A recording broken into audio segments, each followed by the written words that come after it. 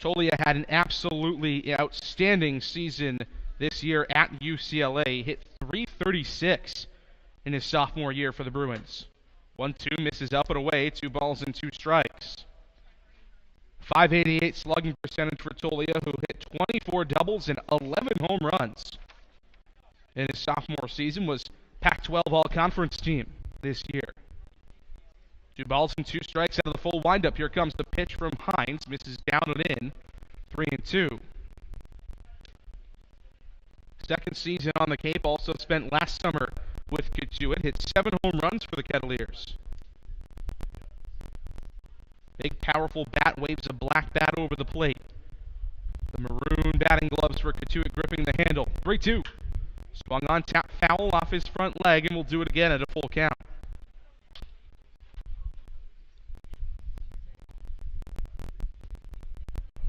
Cotuit today in the maroon road uniforms. Cotuit written in block lettering across the front in navy blue. White outline on the letters on the front. And the numbers are on the lower left rib cage. Same coloring and piping on those. Same for the back. Navy blue numbers, white outline. 3-2 home from McGregor Hines. Misses low. A full count walk to Michael Tolia, and there's 1 on and 1 out for Grant Wolforth. That's not something Tolia has done too much this year. Only his 11th walk and an OBP under 300. I was just going to mention that's rather disappointing for a power hitter near the top of your order. That's a guy you like to get on base. When the average isn't there and the power numbers are, you want him to be an on-base guy. You want him to walk as many times as he strikes out. I think a lot back to Adam Dunn, the former Cincinnati Red, in that respect. He was a guy who would walk as many times as he struck out, so you were okay with the big strikeout numbers. Tolia hasn't been that guy for them this year, and the average hasn't been there either. First pitch to Wolforth misses outside. The DH out of Dallas Baptist. Also a catcher, so he is used to seeing McGregor Hines, but maybe not from this vantage point. Hines comes set, belt high, is 1-0 pitch, in the dirt again. 2 balls and no strikes. One of the newer additions to this Cotuit lineup is Wolforth. He's only played in 3 games for the Kettleers. Hit 270. He's hitting .273 with 3 hits and 2 doubles. No triples or home runs to his credit yet. 2 RBIs, a walk, and 4 Ks.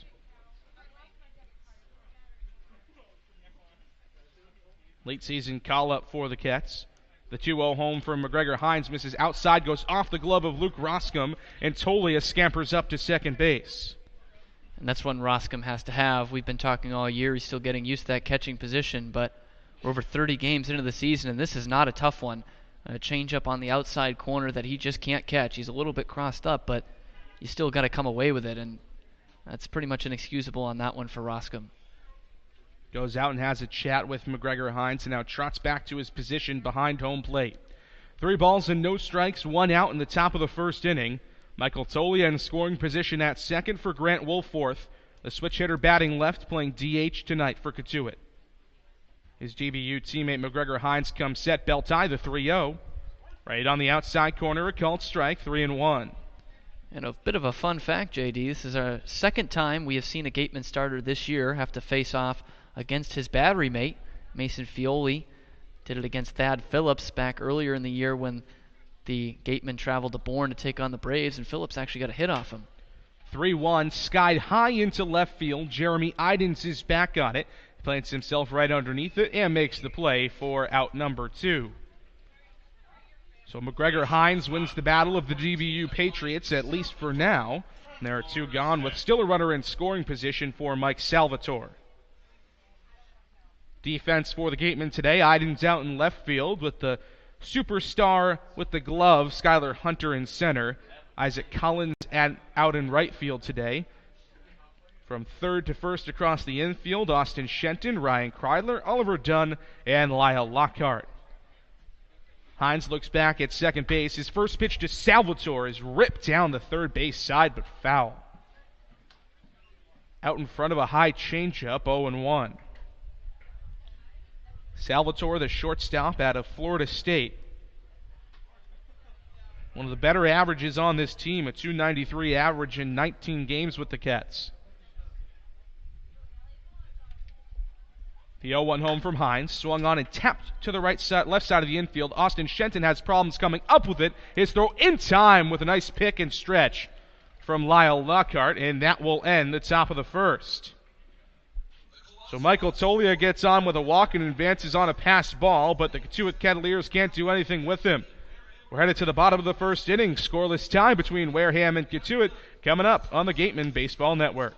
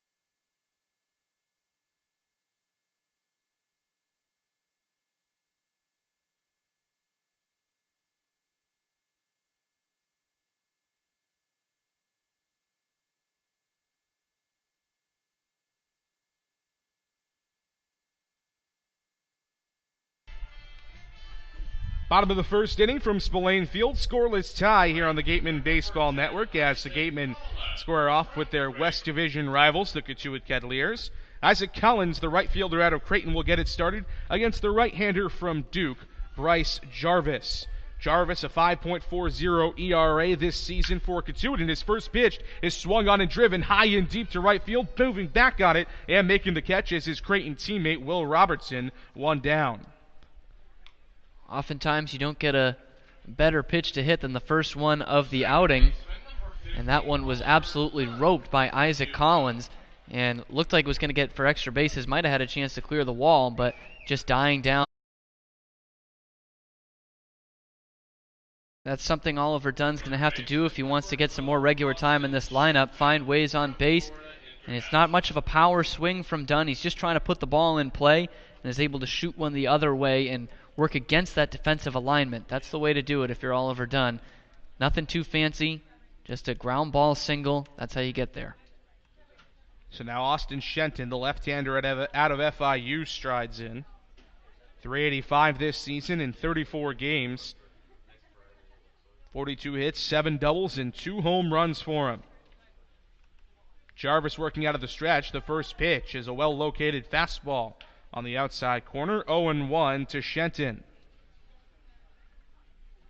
We talked about how the Gatemen have had so much success against Cotuit this season, and Shenton has been a gigantic reason why. The 0-1. Swung on and blooped into right center field. Both outfielders converging, and Will Robertson makes the running catch. 2 really nice defensive plays from the Creighton right fielder.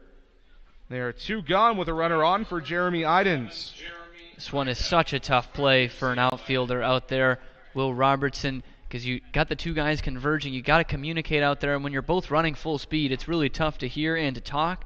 But that time, Robertson able to call him off, and kudos to the center fielder as well for getting out of the way. That's Duke Ellis out there in center and allowing Robertson to make that catch. Even with calling him off, he's still got to go on the run and reach out to make that play. Still not easy. Throw over to first base. Oliver Dunn back in on a headlong slide. He's on at first base. Jeremy Idens, the right-hander out of UCLA, in the batter's box. He's probably been the best hitter over the last couple of weeks for the Gatemen. Austin Shenton has been consistent all year long, but Idens has really come on of late. A .333 average on the season for him. First pitch to him from Jarvis is swung on and poked high and deep into right field. Robertson backtracking, and he puts the glove up and makes the play for the final out of the inning. So Oliver Dunn has a single sandwiched in between 3 fly balls to right field, and the Gatemen go down quietly in the first inning.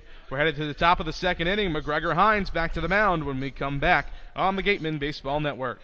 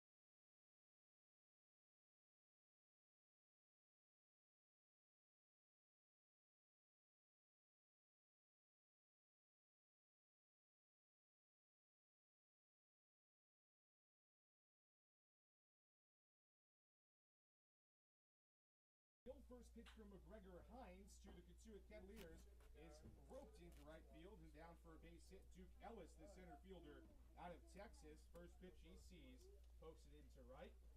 First hit of the day for Cotuit. There's a runner on at first and nobody out for Brady Smith. Smith, the third.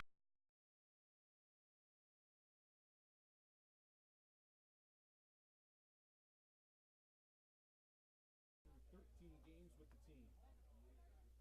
12 hits, 2 doubles, and a home run for him. First pitch from McGregor Hines is a fastball on the inside corner called strike. 0-1.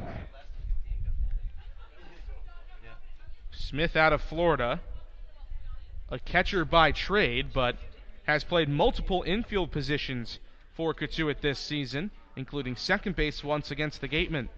Hines comes set, belt high from the first base side of the rubber. The 0-1 is popped up back and right quickly, 0-2.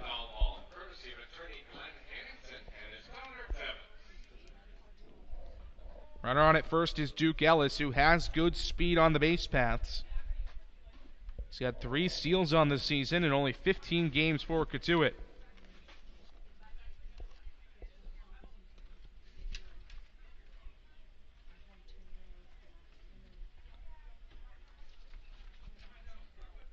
Smith waves a black bat over the plate and adjusts the maroon helmet on his head.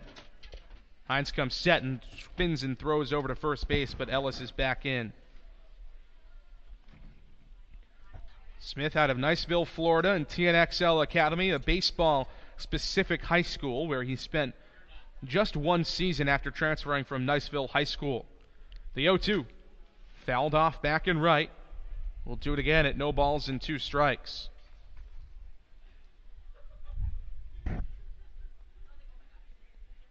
Lyle Lockhart holding Duke Ellis on at first base. Outfield playing Brady Smith straight up. Same for the infield. Hines shakes off the first sign from Roscom, then says yes to the second. Black belt glove high. Now throws it back to first. Tag applied by Lyle Lockhart, but back in standing up is Ellis. Smith coming off his freshman year at Florida, where he hit .263 for a Gators squad that made it all the way to the College World Series. 0-2 from Hines. Fouled off again, back and right into the screen behind home plate. Still 0-2. And one of the most interesting parts of the Cape League is that you can see little mementos of the college teams in these guys' gear. because Brady Smith is wearing a Gators blue elbow protector on his arm. Everything else, though, on him is maroon. Hines is 0-2. Breaking ball in there. Called strike 3. Throw down to second trying to get Ellis, but he's in there with a stolen base. So Brady Smith down on strikes. First strikeout of the day for McGregor Hines. Brought to you by Lang, Exafaris, and Bullard, the official strikeout sponsor of the Wareham Gatemen.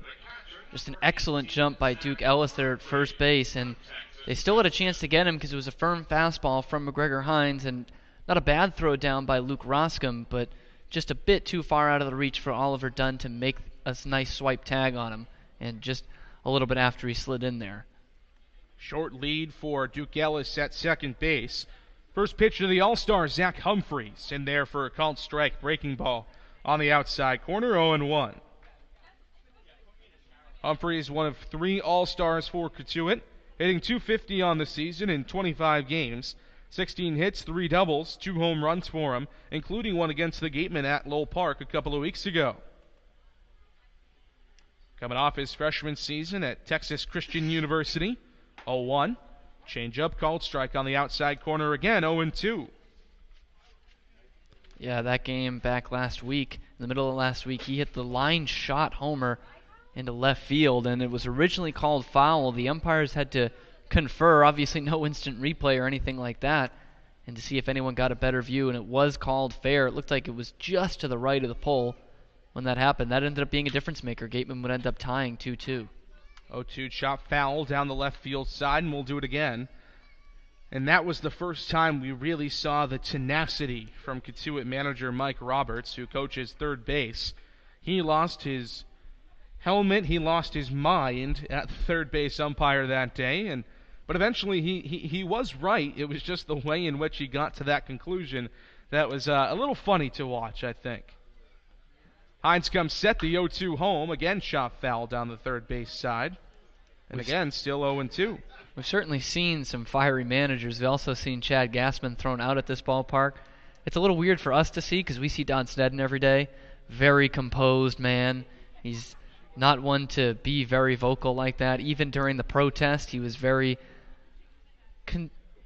classy about it. He was controlled. He was very controlled, yeah. He was controlled in his disappointment with the call.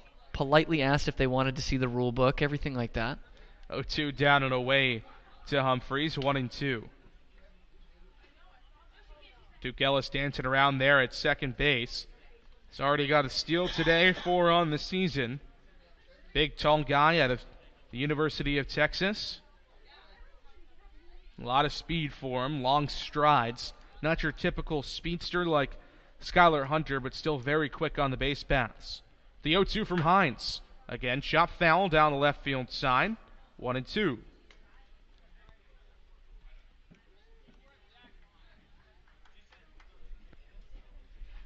Cotuit doing a good job of working up McGregor Hines here in terms of pitch count. They fouled off a number of really tough pitches so far today, especially in this at-bat with the freshman out of TCU, Zach Humphreys, at the plate. Hines peers in for the sign from Luke Roscom. Toes the first base side of the rubber. His 1-2 home. Fastball misses up. 2 balls and 2 strikes. Luke Roscom, tall catcher out of Nebraska behind the plate, gives the signs to his infield before he crouches back down. Humphreys adjusts the maroon helmet and now waggles the black bat over his arm. Short lead for Duke Ellis at second base. The 2-2 home. Fouled off back and right, and we'll do it again.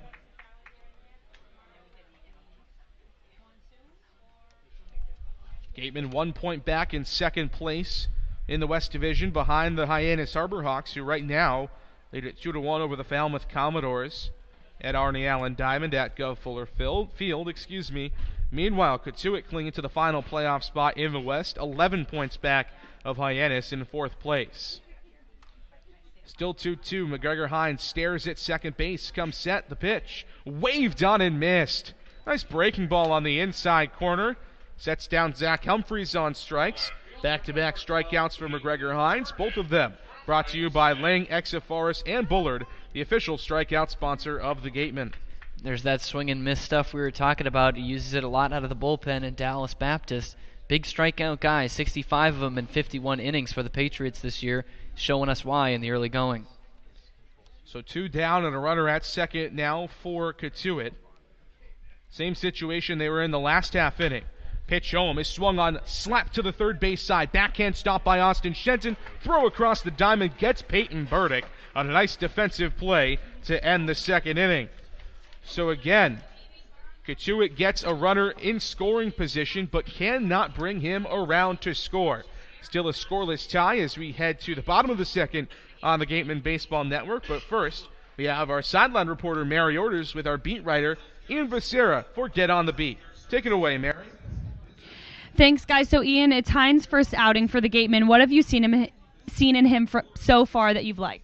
Well, Mary, he's throwing strikes out there. He's only thrown 9 balls in the first 2 innings so far, so it's always good to see a pitcher get out there and attack the zone. If he's going to keep doing that, he's going to have a successful outing. We've won 2 games in a row now. What do the Gatemen need to do to make it 3 straight? Well, definitely they need to clean up the defense. Last night, making 3 errors. All the runs that came across the score for Bourne were all unearned, all 6 runs, so certainly that's something that Don Senden does not like to see out of his team, and we have a very good defensive lineup out there today with Skylar Hunter in center field, Oliver Dunn at second base, 2 of the premier Gatemen defenders, so it'll be good to see them out there today. And besides the All-Stars, all the rest of the guys have 2 off days coming up. How will that be beneficial for the team at this point in the season? Well, it's certainly been a long summer for these guys, coming in right after their college seasons ended, so really they haven't had much time off. So to get 2 days in a row, that's big, especially for the guys who are the everyday players, the Isaac Collinses of the world, guys like that who are having very good seasons but haven't made the All-Star game. And lastly, you gave me a pretty good question that I asked some of the guys, and I'm going to, in turn, ask it to you. If you had a pony, what would you name it? I'm sticking with Fernando. That's what I said earlier. That's the best one I've heard. Ian, thanks so much. Guys, back to you. Fernando and Don Sneddon, the 2 most seen answers for that question in terms of what people would name their ponies. Certainly a very interesting question, to say the least, and a couple of interesting answers, not only from Ian, but also from the guys on the team. Yeah, I think Will Proctor set the bar very low. He was did. the first one she asked, and he said pony. And I think every time since then she said that's the best answer. So definitely a low bar set by Will Proctor on the pony He set the bar department. high on a number of other occasions Yes. in terms of answering questions. First pitch to Lyle Lockhart from Bryce Jarvis in there for a strike. 0-1 the count to the switch hitter batting left out of Houston. Lockhart, Pavin Parks, and Luke Roscom due up for the Gatemen in this inning. 0-1 on the same spot. 0-2 now to Lyle Lockhart. And as the Hall of Famer Joe Namath might say, Lyle Lockhart is struggling this month. 188 in the month of July for the switch hitter. 0-2 misses outside, a ball in 2 strikes, and it really isn't just a this month problem. He's hitting just 208 on the entire season, but the impressive part is that he's at a 337 on base percentage, so he does find his way on no matter what. 1-2. Swung on and popped up into left field. Tracing back is Peyton Burdick. Back a couple of more steps in on the run. He makes the play for out number 1. A couple of well-hit balls from the Gatemen today. A couple that have given Will Robertson some trouble out in right field. This one to Peyton Burdick in left after he was robbed of extra bases by Austin Shenton on a nice pick play to end the last half inning. And now there's 1 gone for Pavin Parks. Yeah, through the first 5 hitters, only 1 ground ball from the Gatemen, and that was the Oliver Dunn base hit. Everything else has been through the air off Jarvis. First pitch to Pavin Parks, misses low and away, a ball and no strikes, and that could be beneficial for the Gatemen moving forward. Yeah, you want to keep the ball on the ground. The 1-0 called strike on the outside corner, 1-1.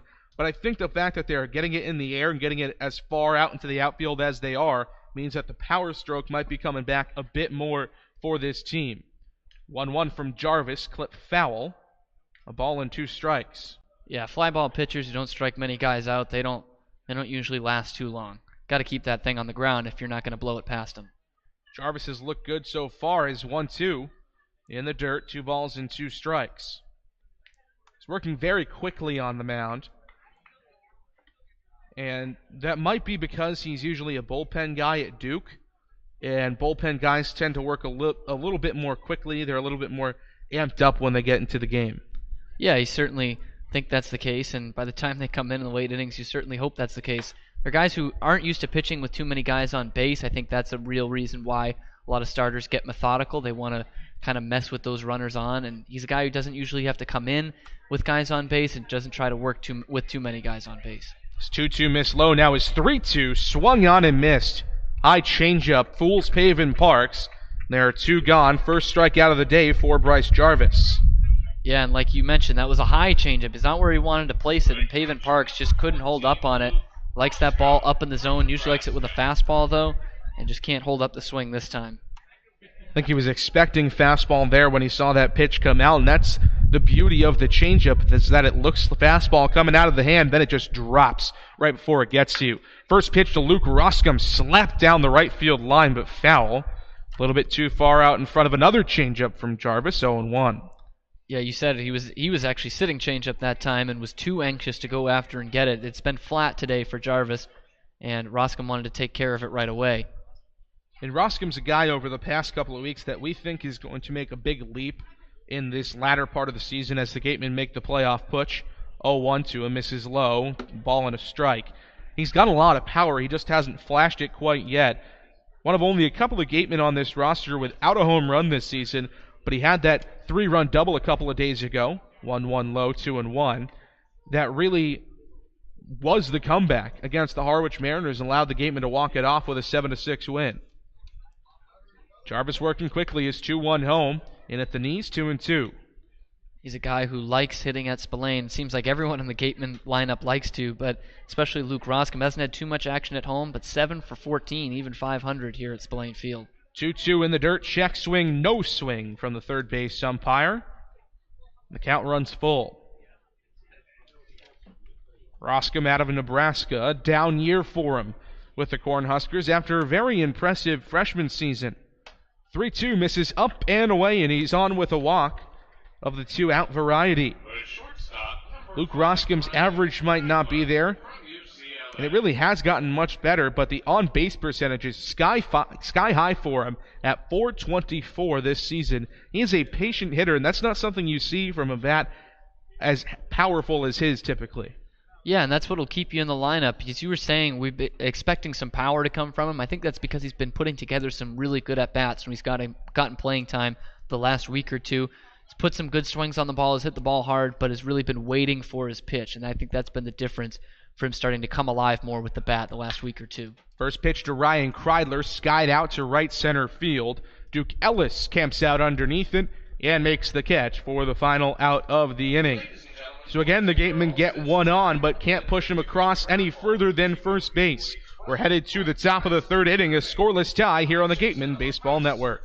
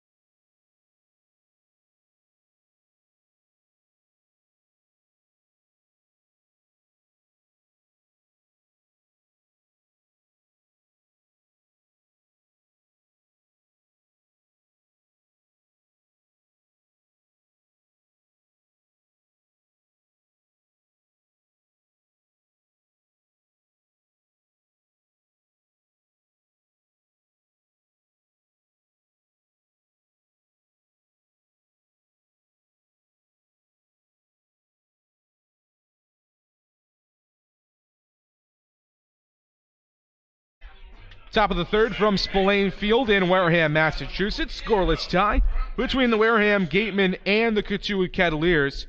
McGregor Hines back to the mound, the right-hander out of Dallas Baptist University.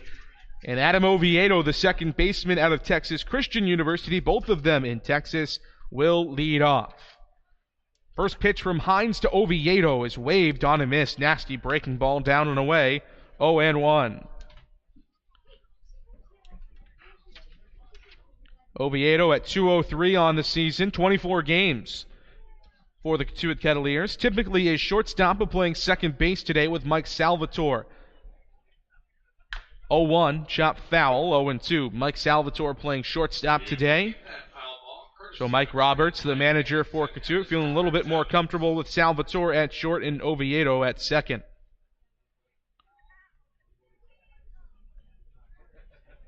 Hines already ready to go on the mound. Steps back, kicks high, and fires the 0-2 home. Misses down and in. 1 ball and 2 strikes now.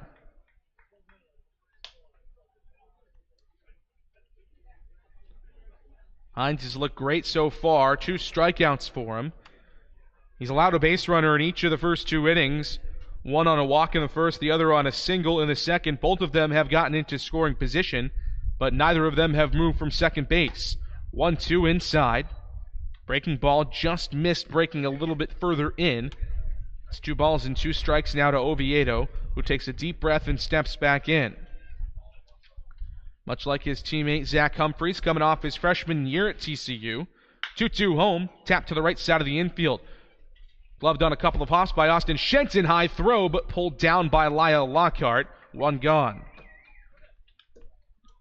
Shenton was kind of caught in between all the way around on this play. I think he took a step in that he didn't think he should have, so he had to back up on it at first, and then an extra pump with the glove there, and still didn't deliver a great throw over, but it was Lyle Lockhart who made that play happen. So a little uncomfortable on that play was Austin Shenton, not something we see a lot from him defensively. We've seen a lot of great plays from Lyle Lockhart over at first base this season. First pitch misses down and low, 1-0 to Will Robertson, who's 0 for 1 today. Hines working quickly out of the full windup, his 1-0 pitch. Called strike on the outside corner. Great frame drop by Luke Roscom there.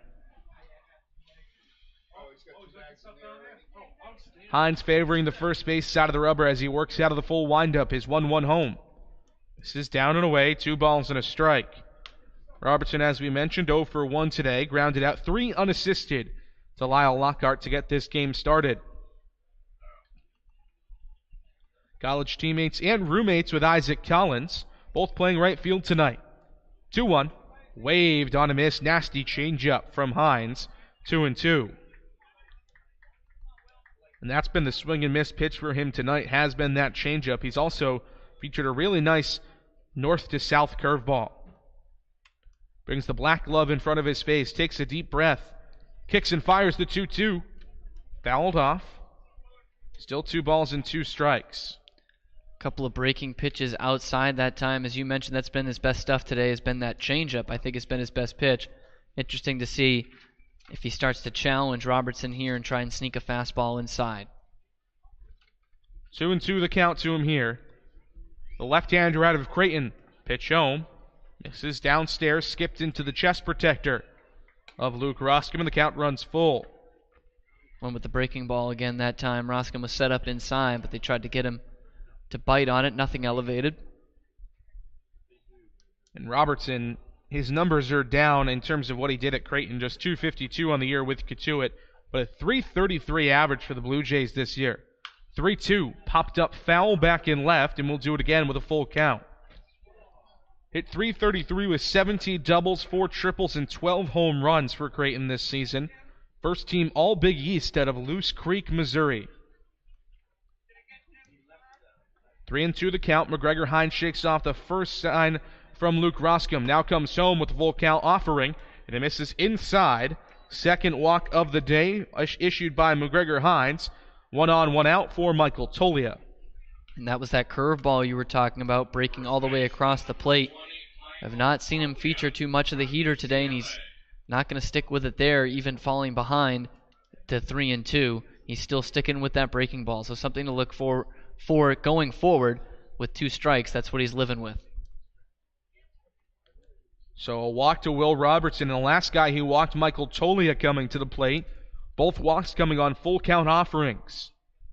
Robertson, a short lead at first, being held on by Lyle Lockhart. First pitch to Tolia, fouled off the chest protector of Luke Roscom, 0-1.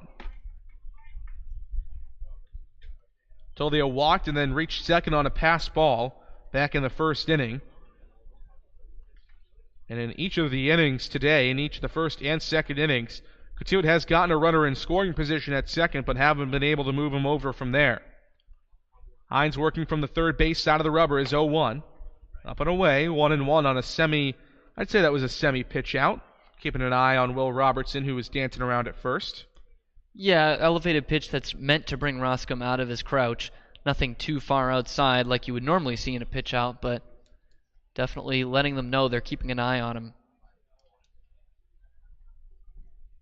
1-1 the count. Hines stares in, the 1-1. Misses down and in. 2 balls and a strike now to Michael Tolia. Robertson, not a guy that stole a ton of bases at Creighton this season, but they have tried to make him into a bit of a base stealer in Cotuit. He's just 2 for 6, though. 2 steals and 4 caught stealings for him this year. 2-1. Swung on and pumped high and deep into center field. Skylar Hunter racing back in front of the warning track and makes the play. Tolia just got underneath that one, but gave it a good ride out to center. 2 gone for Grant Wolforth.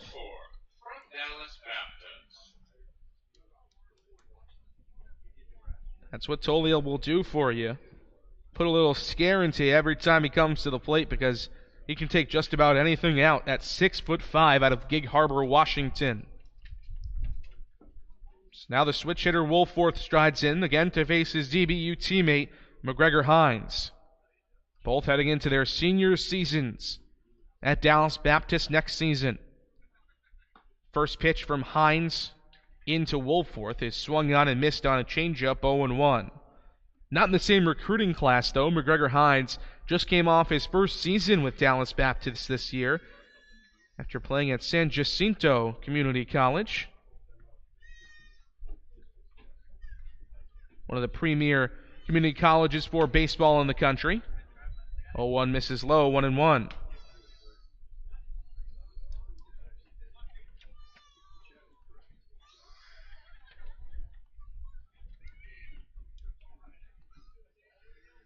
Wolforth making just his 4th appearance of the season with Cotuit.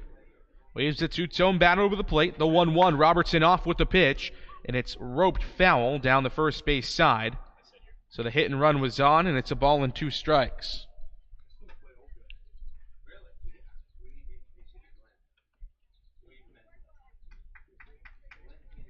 Big left-hander Wolforth, 6'4", 216, out of Spring, Texas, and Concordia Lutheran High School. Hines is battery made at DBU on the mound. Bring to the glove to his waist, the 1-2. Popped up foul back in left. Steal a ball and 2 strikes. Certainly a nice baseball lineage for McGregor Hines, not only going to San Jac, one of the great baseball community colleges, but also, as you mentioned, from Spring, Texas, hometown of former Red Sox ALCS MVP Josh Beckett. Not a bad lineage to go through as a right-handed pitcher. Beckett, a World Series winner multiple times in his career. Once with the Marlins, a couple times with the Red Sox.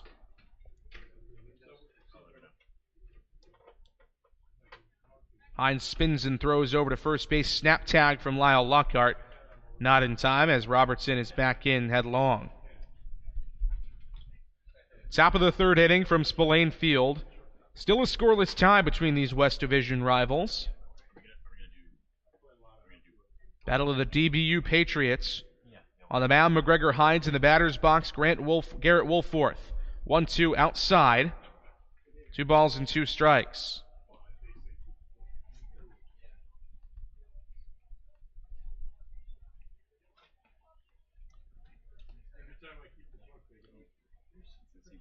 Wolforth hit just .239 this season at Dallas Baptist after hitting .289 last year and was a first-team all white and black pants today. Maroon socks underneath them for Garrett Wolforth. Hines comes set, is 2-2 home. It's popped up foul, back in left again. And this Cotuit lineup is battling.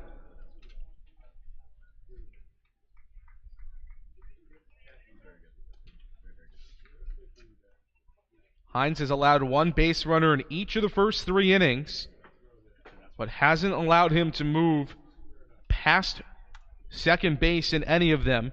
Will Robertson lurking at first right now. Hines comes set, the 2-2 home. Waved on and missed on the changeup. One DBU Patriot strikes out the other, the third K of the day for McGregor Hines. All of them brought to you by Lang, Exa Forest, and Bullard, the official strikeout sponsor of the Wareham Gatemen.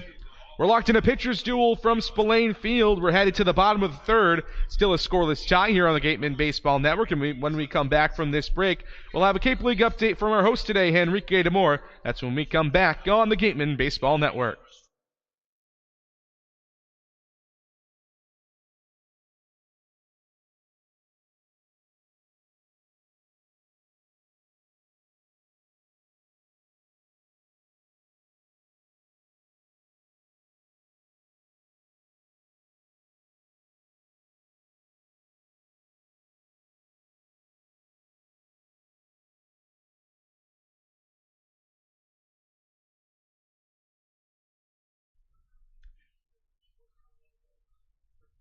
Welcome on into the Cape League update here on the Gatemen Baseball Network. I'm your host today, Henrique Demore. Take it around the league real quick. Brewster at Bourne today, 0-0 in the bottom of the 4th. Andrew Schultz, 4 scoreless for Brewster, giving up just 2 hits, 2 walks, and 5 strikeouts. Hyannis taking on Falmouth at Arnie Allen Diamond at Gov Fuller Field in the bottom of the 4th. Barefoot and Gray both 1 for 2 with an RBI each. David Sims also with an RBI, for Falmouth. Harwich at Orleans, that one's scoreless in the first inning, as well as YD taking on Chatham today at Veterans Field, also scoreless in the first. Here, of course, it is as well scoreless. We're in the bottom of the 3rd inning here at Spillane Field between the Gatemen and the Kettleers. We'll take it back to the action right now with JD and Cam Stewart. Thank you very much, Henrique. Skylar Hunter, the switch hitter out of Purdue, leads off for the Gatemen in the bottom of the 3rd inning. First pitch from Bryce Jarvis in there for a called strike, 0-1. Cotuit infield, the corner infielders Tolia and the third baseman Brady Smith playing in on the infield grass, the 0-1. Fouled off back and right, 0-2, making sure that Skylar Hunter doesn't try any monkey business here, try to low down a bunt that he has been so adept at this season. No balls and 2 strikes, the pitch from the right-hander. Called strike 3 on the outside corner. Breaking ball paints the outside black. Skylar Hunter not happy with it. Second strikeout of the day for Bryce Jarvis. 1 out in the 3rd.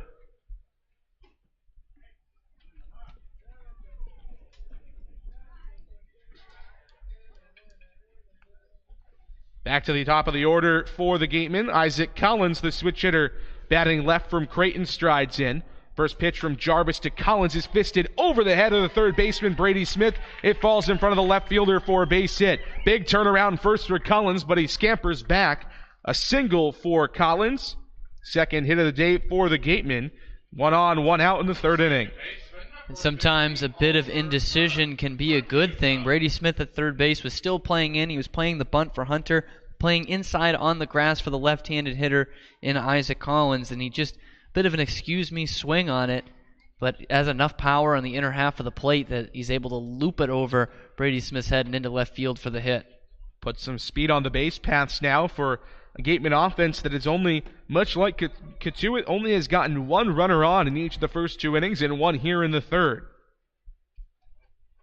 Jarvis now doing battle with Oliver Dunn, who skies one into left field fairly deep, but Peyton Burdick moves back on it and camps out underneath it and makes the play for out number 2.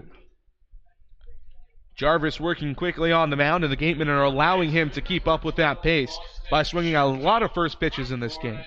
Yeah, they haven't been working the count like we're normally used to them seeing. They're a team that leads the league in walks drawn, and that's kind of been their MO all season. Even when they're not hitting, they're making that pitcher work, and they've gotten minimal success, just a couple of hits through the first 2 2/3 here, and they really haven't made Jarvis work too hard. Austin Shenton, a guy that also was swinging at a early Pitch in the bat, flight out to right field. Pretty deep his last time up. Short lead for Isaac Collins at first. Jarvis comes set, spins and throws over to first. But Isaac Collins is back in headlong.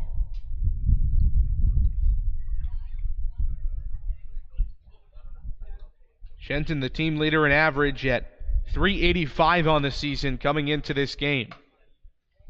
First pitch outside from Jarvis, 1-0 to the FIU Panther, who will play in the All-Star game tomorrow out in Harwich as a starter.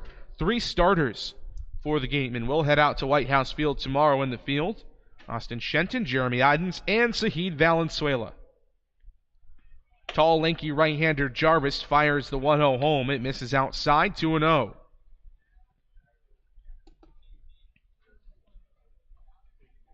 We talked about how Idens has been the hottest hitter on the team, and Shenton has kind of become the secondary over the last couple of weeks. And when you look at the numbers, the last 5 games, you can't say that Shenton's playing poorly. He's still hitting .333 over the last 10 games as an everyday guy. Jarvis spins and throws back to first, but again, Collins is back in.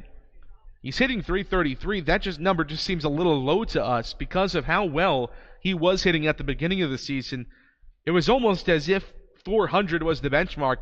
If Shenton's hitting over 400, it's good. Under, not so great. 2-0 breaking ball on the outside corner, 2-1. Yeah, and both he and Idens have been kind of flip-flopping for that team lead in RBI, and they have just been so consistent for them. I don't think they're really typical middle-of-the-order hitters, but they've been getting the job done in that 3-4 spot in the Gatemen lineup. 2-1, slap back up the middle, floating line drive, and it falls in front of the center fielder Ellis for a 2-out single.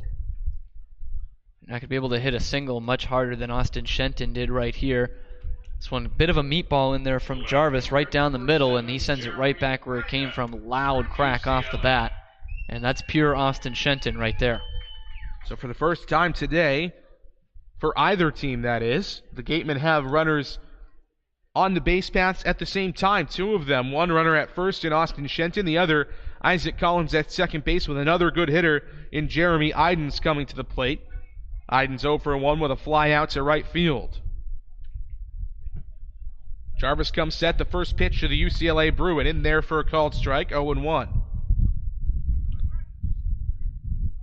Idens will be the starting center fielder for the All-Star team tomorrow, the West Division All-Star team. Jarvis comes set, belt high, the 1-0 is popped down the left field line but foul. Pretty well hit ball from Jeremy Idens, but just a little bit out in front of the breaking ball, 0-2. And that's kind of a glimpse at how good of a hitter he is. Not only he's not able to straighten this one out, but he didn't even really get to barrel this one up. It's an inside pitch from Jarvis. He doesn't get to barrel the bat on it. It still floats most of the way down that left field line, although it was foul. So now 0-2 the count against him. The pitch home. Called strike 3 on the outside corner. Beautiful breaking ball from Bryce Jarvis, and that will do it for the bottom of the 3rd inning. The Gatemen become the first team today to get multiple runners on base in the same inning, but still we've got a scoreless tie as we head to the bottom of the 4th on the Gatemen Baseball Network.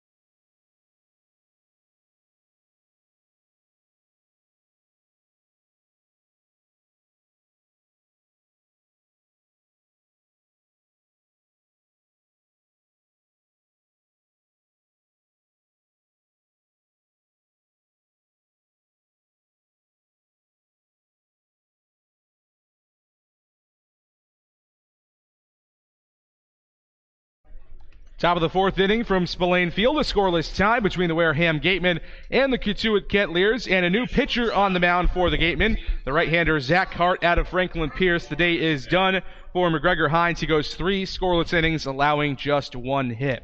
The first pitch from Hart into the right-hander Mike Salvatore is swung on and missed, 0-1. We are now joined by a very special guest, Gatemen middle infielder and all-star Sahid Valenzuela. Sahid, thanks so much for joining us. Thanks for having me.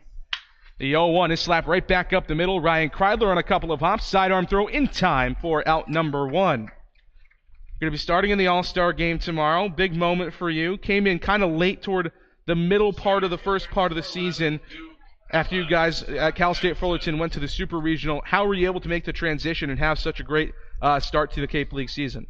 Well, I didn't get to take that much time off. I took like 5 days off, so I was able to stay in a groove and be able to come out here and keep playing well.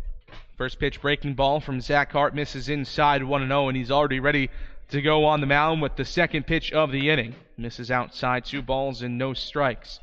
You've kind of moved around the middle infield a little bit of shortstop, a little bit of second base. You played shortstop at Cal State Fullerton. What's the difference between the two positions? I guess at short you kind of gotta you have to attack the ball more. At second base you can sit back and wait for it a little bit. But I like shortstop better. Something you're more comfortable playing with. 3-0 pitch in from Zach Hart is right there for a called strike. 3-1.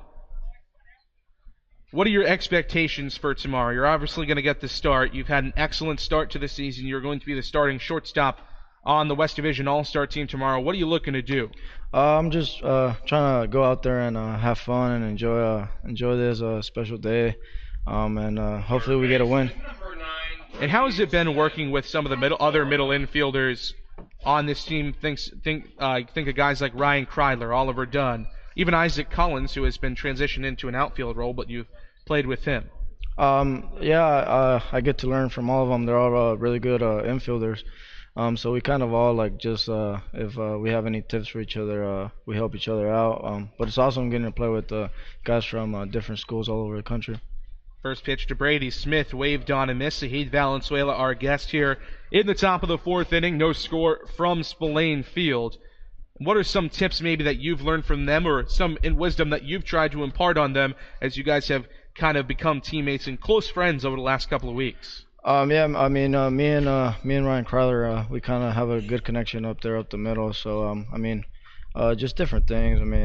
Sometimes we help each other and with the double plays and with the transfers and feeds and stuff like that. 1-1 the count from Zach Hart to Brady Smith, the right-hander out of Florida. Hart comes set, his pitch home. Runner went off, but it's fouled off. A ball and 2 strikes.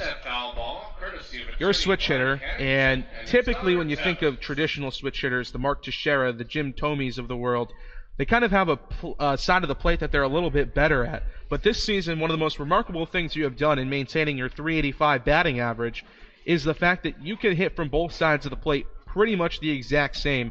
Have you always been a switch hitter? Was it something you kind of learned early on in your career? And how are you able to come up with the same approach from both sides and be so good?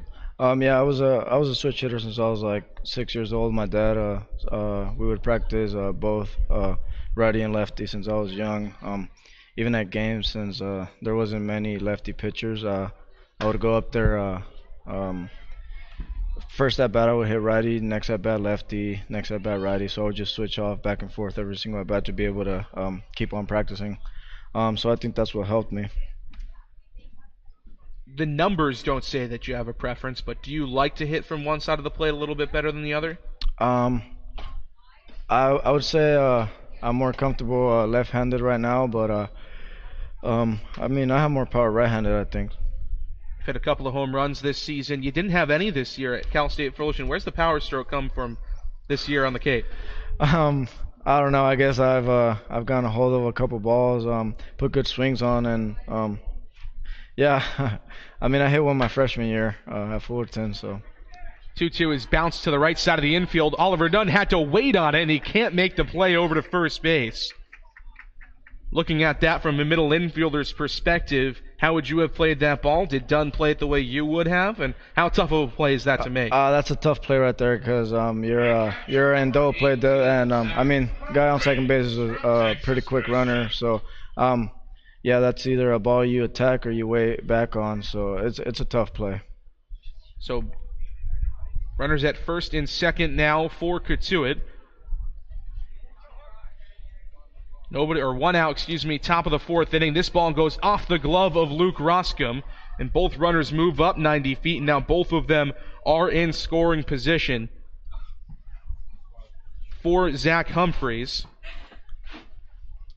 the right-handed catcher out of TCU. Big West Freshman of the Year as a freshman at Cal State Fullerton. Numbers a little bit down this year from your freshman year. What was the adjustment that went into kind of getting yourself back into that high 300 hitting that you have brought to the Cape? I think this year at school I just tried to do too much. And when I came out here, I told myself I was gonna just go out there and have fun, and I think that's the biggest part that helped me, just having fun and not worrying about doing too much or even worry about the outcomes. I think the big thing is going out on the ball field and having fun. 1-1 the count to Zach Humphreys out of TCU. The right-hander Zach Hart comes set, belt high. His 1-1 home. Misses low. 2 balls and a strike. How do you build up a rapport with your opposite middle infielder? You're with Hank Lafort, who had a home run in that Super Regional, Game 3 of the Super Regional, where you guys almost came back to beat Washington. You guys seem like you have a pretty good rapport in terms of chemistry between shortstop and second base. How do you build it up in such a short amount of time here on the Cape? I think I knew Ryan Crowther from back when we played against him at UCLA, but I just think since we're both from California schools and it's just we're pretty good friends now, so I think it was pretty easy to build a connection, be able to play up the middle together. 3-1 the count from Zach Hart to Humphreys. The pitch home is swung on, tap to the shortstop, Ryan Kryler. He'll look off the runner moving up to third base. 1 run will score, and then he'll tag out Brady Smith between second and third. How do you evaluate that play? Oh, that was a smart play. Ryan Kryler's a really smart player. Last week or early this week, that play he had at third base where he dropped the ball and turned a double play. He's just always thinking ahead of the game, so that was a heads-up play. So now 2 gone, but the first run of the day for Cotuit. They take a 1-0 lead in the fourth inning. Zahid Valenzuela, the all-star shortstop, our guest right now. And the first pitch in to the right-hander Peyton Burdick. Called strike on the outside corner, 0-1. So you have a good relationship with Ryan Kryler. Who are a couple of guys maybe on other teams that you have come to be friends with or were friends with even before from your time at Cal State Fullerton? On this team? On this team or another team, maybe on the Cape, some guys that you're comfortable seeing. Like you said, you were friends with Kreidler because of his UCLA ties. Michael Tolia, a guy on the Cotuit roster who also goes to UCLA. I'm pretty good friends with Gabe Matthews on the Red Sox, with Koss on there too, and then 0-2 poked out to left field. Jeremy Idens racing in, and he makes the play for the final out of the inning. And then Andrew Martinez from Santa Barbara. So I guess I know a lot of guys from the Big West that are out here. Zahid Valenzuela, all-star starting shortstop tomorrow for the West Division, getting the day off today and preparing to go out to White House Field and show off for the Gatemen tomorrow. Zahid, thanks so much for joining us. Thanks for having me. Cotuit takes a 1-0 lead in the top of the fourth inning. We're headed to the home half. Gatemen coming to bat, trying to tie it up when we come back on the Gatemen Baseball Network. Zach Hart's dad, Patrick, and broadcast intern Mary Orders' mom and sister.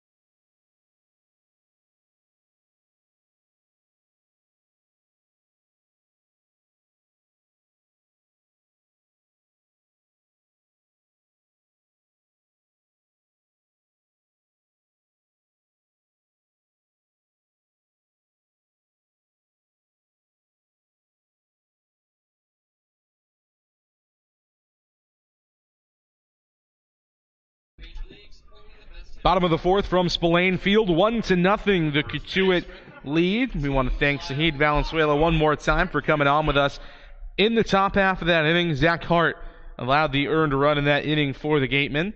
Now Bryce Jarvis back to the mound for Cotuit. First pitch home, misses outside. A ball in, no strikes to Lyle Lockhart Jr., who is 0 for 1 today. Lockhart, the switch hitter, batting left out of Houston. Flied out to left field in his first at-bat today. Sends one the same way, but foul this time, 1-1. Cam and I were talking about it the last time Lockhart came up to the plate. A 208 average, so the hitting numbers aren't necessarily there, but the on-base percentage, it's much better than that batting average would suggest. Fouls off the 1-1, 1-2. The OBP at 337 on the season for Lockhart, and he walks a ton. 10 walks to 18 strikeouts this season. Those 10 walks tied for third best on the team. Jarvis working quickly, squaring away the center of the rubber. His 1-2 home misses up and away, 2 balls and 2 strikes. Jarvis, the right-hander out of Duke, has gone 3 scoreless innings. He's given up 3 hits, only multiple base runners in the last inning. 2-2 up and away, 3 balls and 2 strikes. Part of the reason that Jarvis has been so successful is he's had a lot of one-pitch outs, where the Gatemen have chased pitches out of the zone. It's 3-2. Tap to the right side of the infield. Worm burner on the ground to the second baseman, Oviedo, from a knee. He throws it over to Tolia, 1 gone. That time a good job, though, from Lyle Lockhart to at least work the count against the right-hander Jarvis. He's now up to 41 pitches on the day after that last one to Lockhart.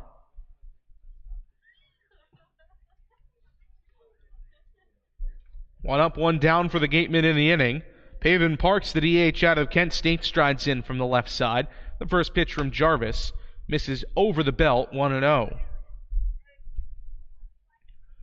Parks 0 for 1 today. Another guy, much like Lockhart, that we've kind of been waiting to break out of a slump. 1-0 fouled off into the mask of Humphreys behind home plate, 1-1.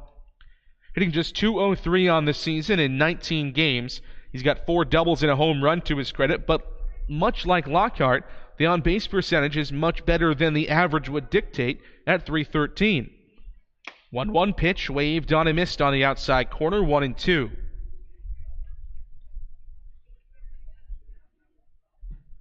He's shown some power this season. We mentioned the 1 home run. Also almost put 2 different pitches out over the right field fence at McKeon Park in the second half of that protested game. 1-2 misses low, 2 balls and 2 strikes. He nearly proved Don Sneddon right that he should have been able to hit. He almost tied it up in his first AB of the day. Cleared the wall, but it was just foul to the right side of the foul pole. 2-2 just misses outside. A full count, 3 balls and 2 strikes from Bryce Jarvis to Paven Parks. Jarvis working quickly, rocks back, kicks and fires the 3-2, and it's waved on and missed. Changeup down and away, fools Paven Parks. His second strikeout of the day, the 4th of the evening for Bryce Jarvis. 2 up, 2 down for the Gatemen in the 4th.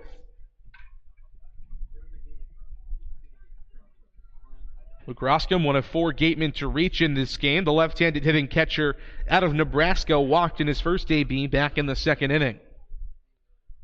First pitch from Jarvis, in on the corner for a strike, 0-1. Roscom has been pumping that average up ever so slightly over the last couple of weeks. 0-1 in the dirt, a ball and a strike. At one point this season, he was hitting in the low 200s. Now he's got it all the way up to 292 on the year. 1-1 home, in the dirt again. Blocked by Zach Humphreys behind home plate, even though there's nobody on. 2-1. All 3 doubles this season for him have been very well hit. We're just waiting for him to pump the first one of the season over the wall. 2-1 fluttered on and missed. 2-2. Very defensive, uncomposed swing from Roscom that time, and Jarvis is already ready to go on the mound again. Gray glove in front of his face, the 2-2 pitch. Misses outside. The count runs full.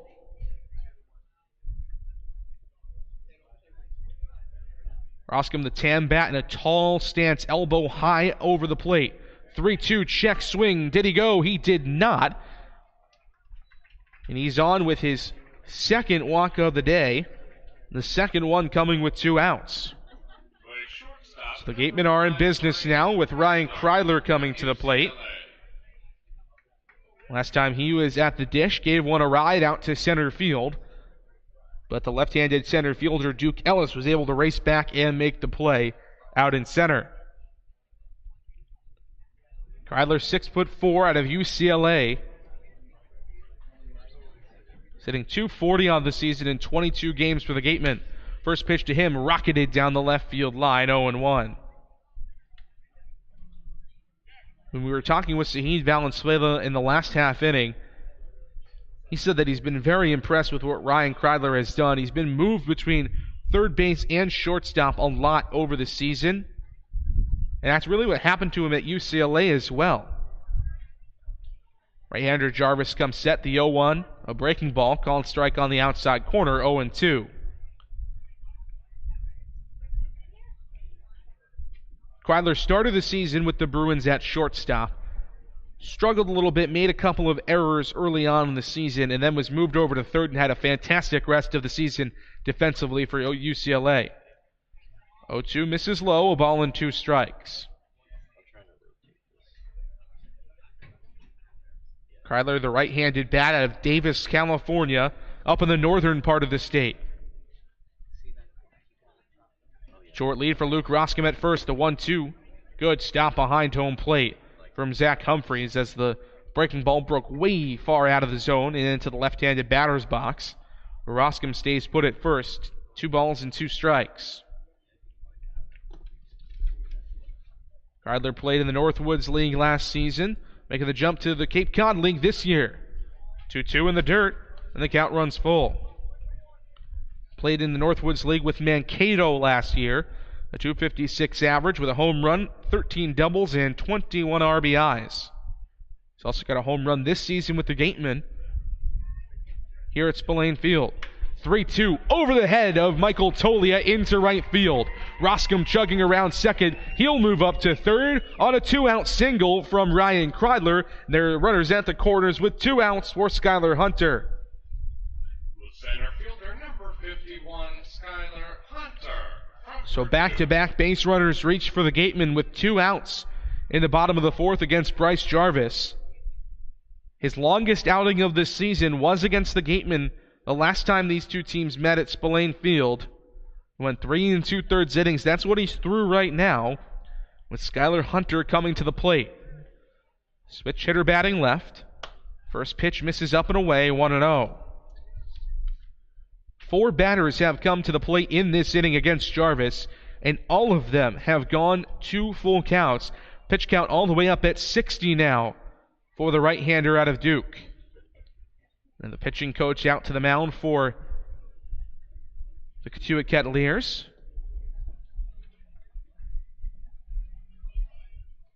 Talking things over with the entire infield. But Bryce Jarvis will remain in the game.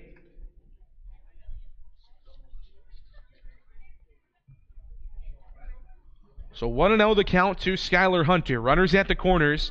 Roscom at third, Kreidler at first. The 1-0 home. Called strike on the outside corner, 1-1. And that's a pitch we've seen called a strike pretty much all day. It was an outside breaking ball to left-handed batters. Jarvis's 1-1 popped up on the infield into shallow left field. The left fielder Peyton Burdick trots in underneath it and makes the play for the final out of the inning. So the Gatemen strand runners at the corners in the 4th. Still a 1-0 Cotuit lead as we head to the top of the 5th here on the Gatemen Baseball Network. Northeast Maritime Institute's College of Maritime Science is a proud sponsor of the Wareham Gatemen. If you're looking for a career at sea, look to NMI's program of education, adventure, and employment on northeastmaritime.com, America's premier 2-year maritime college. Gatemen Baseball is officially sponsored by Robertson's GMC, the truck professionals. Located just 2 miles away on Cranberry Highway, we are proud to sponsor the Gatemen Youth Clinic for 2018. Robertson's GMC. We are professional grade. Power like a pro.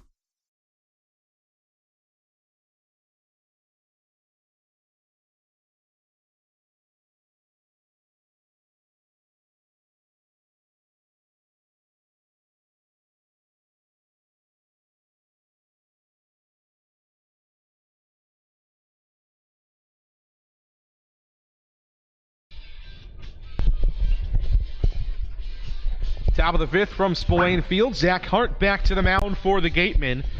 First inning was a bit rocky for him. Missed a lot out of the strike zone, but did give up just the one earned run.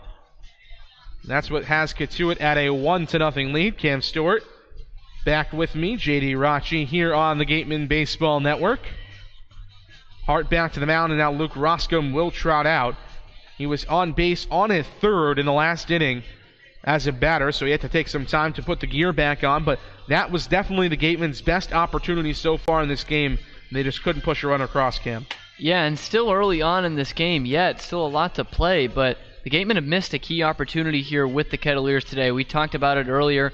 They blew the 7-0 lead last night, did Cotuit, and that bullpen and this whole pitching staff is reeling, and they are spent. And you had a chance to jump on a guy in Bryce Jarvis who isn't too used to starting still, but they just haven't done it so far. They've made life pretty easy on him. That was their only threat so far today. With McGregor Hines only going 3 innings and having to turn the ball over to Zach Hart, it is going to turn into a bit of a staff day for the Gatemen. First pitch to Adam Oviedo, skied high into foul territory on the first base side. First base umpire gets out of the way for Lyle Lockhart, who camps out underneath it. 1 pitch, 1 out for the Gatemen. That's obviously big for Zach Hart to build on some confidence. Had a bit of a tough inning last time. Even though it was an unearned run, he's able to get the first guy out on 1 pitch. And it's that number 9 man too, so it gives you the confidence you need going into the top of the batting order. Top of the order now, and the left-handed Will Robertson strides in. First pitch to him, a called strike on the outside corner, 0-1. Robertson 0 for 1 today. Grounded out to the first baseman, Lyle Lockhart, in his first AB.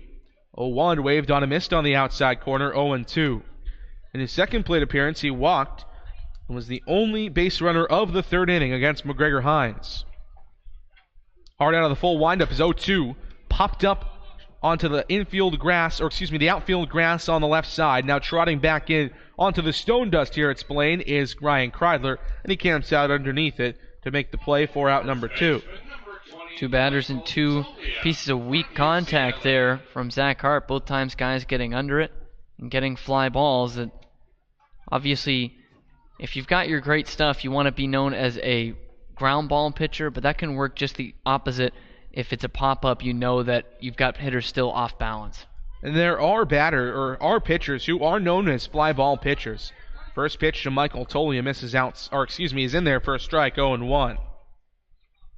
Guy that comes to mind for me is a guy that was in the Nationals organization for a long time, Rafael Martin.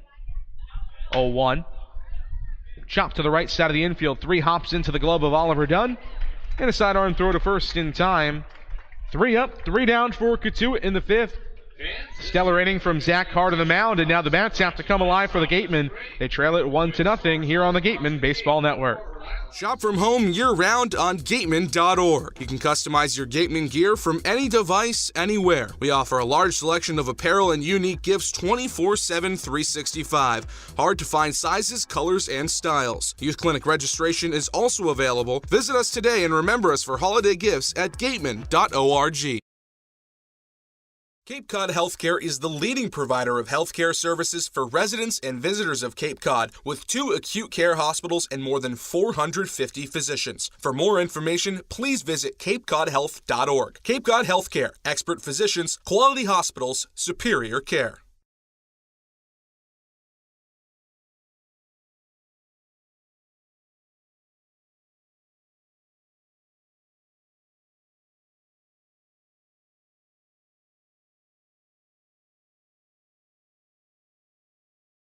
Whatever your goals may be, Joe Crespi and the Merrill Lynch of Taunton will work with you to develop a customized financial strategy designed to help you pursue what's important to you. Managing your wealth and listening to you is their top priority.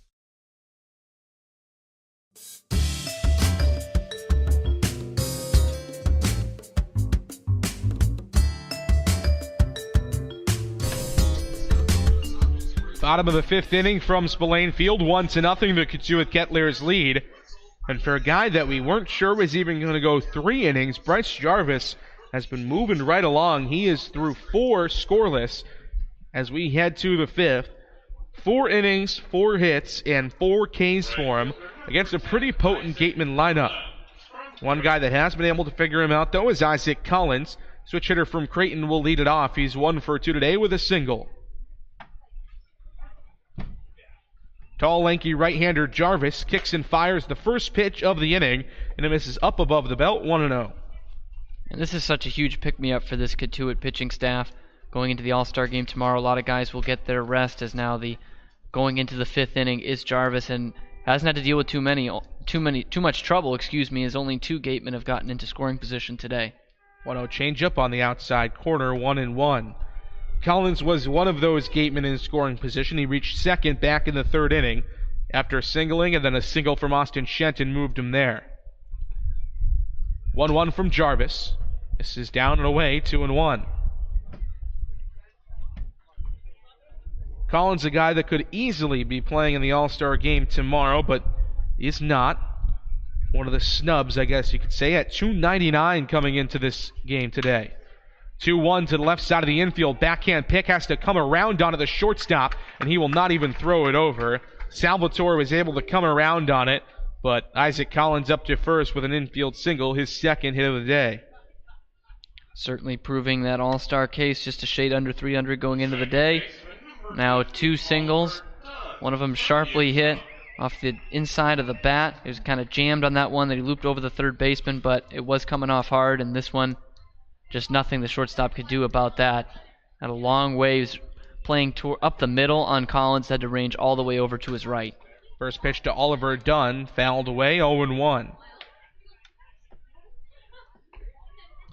Dunn also a hit today against Jarvis, a single back in the first.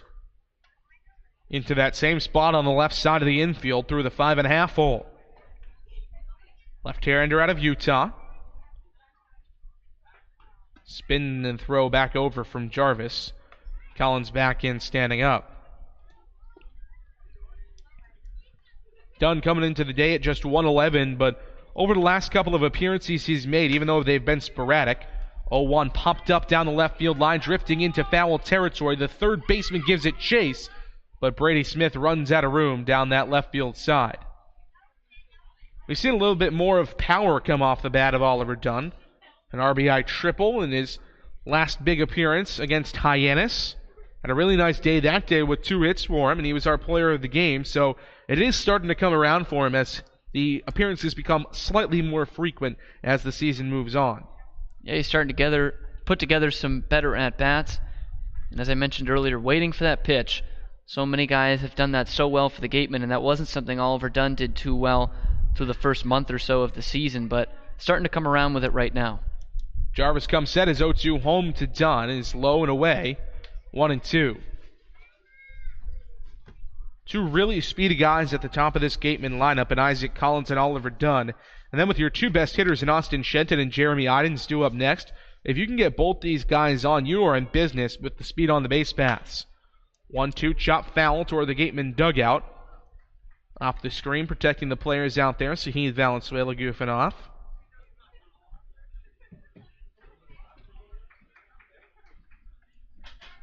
Bottom of the fifth inning, 1-0 Cotuit. Isaac Collins at first with Oliver Dunn in the batter's box. The right-hander Jarvis comes set, belt high, is 1-2, misses outside by just a touch. Humphreys tried to frame it behind home plate, but couldn't get the job done. The count is even. Big breath from Dunn as he steps back in. 2-2 will have to wait as Jarvis spins and throws back to first, but again, Collins in without a slide. Sun just starting to set here at Spillane Field. in the home half of the fifth. The 2-2 from Jarvis. Smoked back up the middle and in front of the center fielder, a base hit. Collins turns around second, but will head back on a strong throw from Duke Ellis. But now the two speediest guys in this Gatemen lineup are on board with nobody out and the best hitter on the team coming to the plate in Austin Shenton. And a nice day already for Oliver Dunn, 2 for 3. When you get a rare day off for Sahid Valenzuela, it's nice to have a guy step in like that and still produce like Valenzuela would. Pitching coach again out for Cotuit, and it looks like the day is done for Bryce Jarvis. Both runners on base in this fifth inning are his responsibility, with Austin Shenton coming to the plate. We'll take a quick break here on the Gatemen Baseball Network. When we come back, everything you need to know about the new Cotuit Kettleers pitcher. Mezzaluna is a family-run Italian restaurant celebrating 80 years in business. Located on Main Street in Buzzards Bay, Mezzaluna specializes in Italian cuisine, a lunch menu that's the best deal in town, and serves Cape Cod's famous prime rib every Wednesday and Saturday. Come enjoy the feast at Mezzaluna, the Italian family restaurant. Soft as a Grape has 10 retail locations on Cape Cod, so even when you're cheering on your Gatemen at any away games, stop into a Soft as a Grape store for the best Cape Cod products. Stores located in Falmouth, Mashpee, Woods Hole, Hyannis, Chatham, Provincetown, Edgartown, Oak Bluffs, and Vineyard Haven. From beach day to every day, Soft as a Grape has you covered. Folks, after the game, be sure to visit El Mariachi on Main Street for the best Mexican food in Wareham. The cantina provides a delicious late-night snack accompanied by fun cocktails.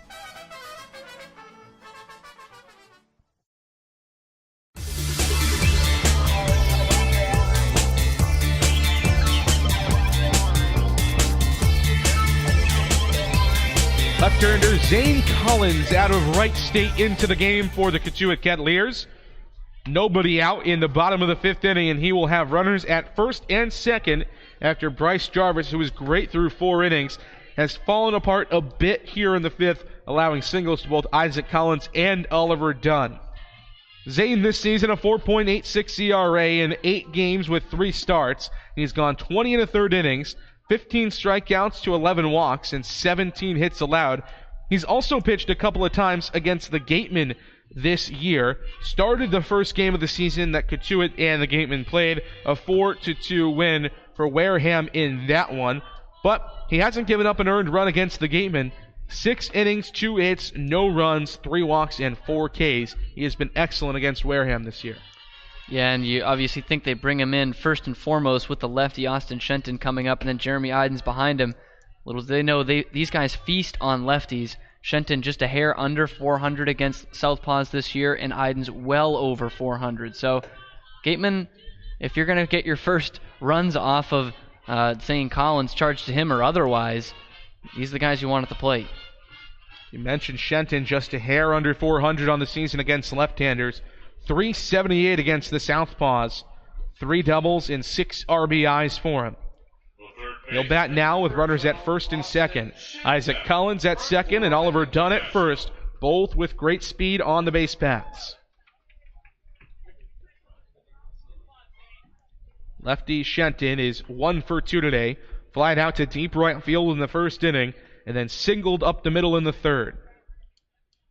Collins won't even throw a pitch as he looks back the other Collins at first base in Isaac.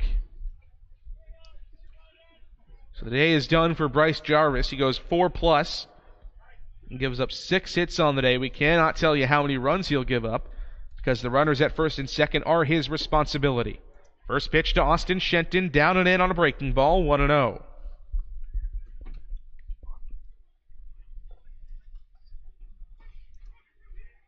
Shenton, the lefty out of FIU, has been the most consistent hitter for the Gatemen this season.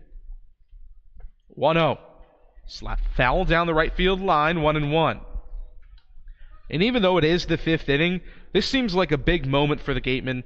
With nobody out and runners at first and second, the moment you really need to get into this game and start putting some runs on the board. And it is. We've seen this offense struggle at times, sometimes for games on end. And after back-to-back really good offensive showings the last 2 nights, you don't want to see them fall into that trap right before the All-Star break. It almost does seem like now or never. 1-1 to Shenton, misses low, 2-1. And especially with this part of the lineup, the 1 through 4 has really been the best part of the lineup all season long for the Gatemen. Even think back to the beginning of the year, Andrew Vaughn was in the 1 through 4 spots.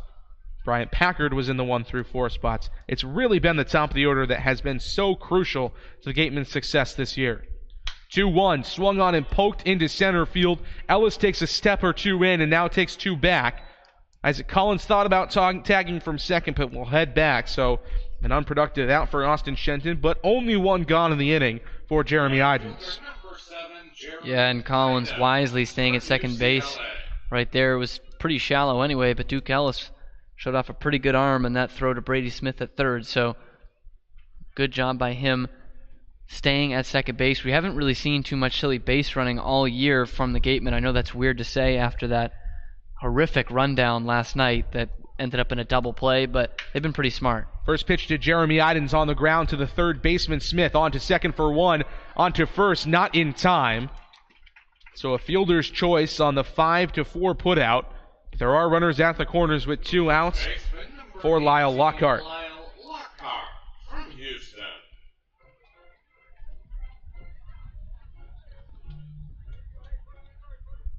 So the Gatemen's 2 best hitters put down by Zane Collins. Now Lyle Lockhart will bat from the right side for the first time today against the lefty Collins, the switch hitter out of Houston. As a lefty bat today, he is 0 for 2, flied out to left field in the second, and then grounded out to the second baseman, Adam Oviedo, in the fourth. Slightly open stance for him as he strides in from the right side and waves a 2-tone bat over the plate. Collins working out of the stretch, his first pitch. Inside and low, 1-0.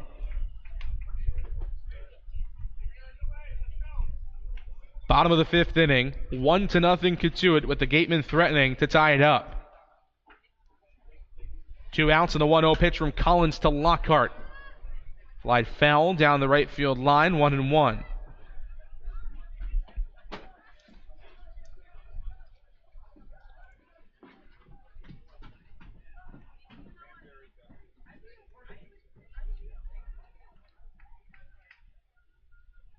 Perfect time for Lyle Lockhart to break out of the slump. He had a couple of hits yesterday.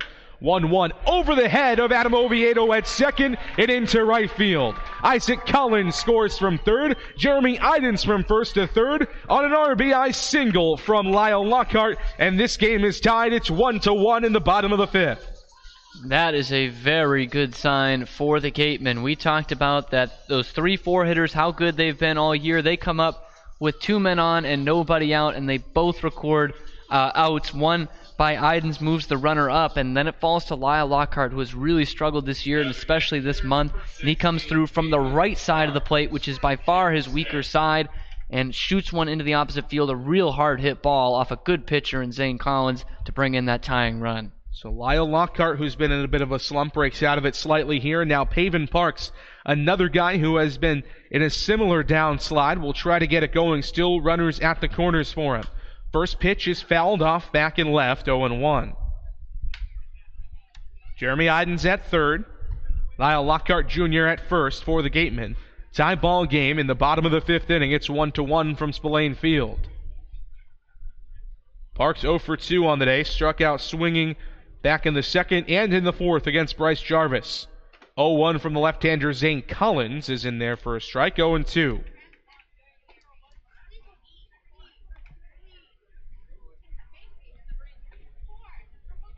Parks adjusts his batting gloves on the outside of the box and looks in for the sign from Don Sneddon and Jim Lawler, who sit in front of the first base dugout.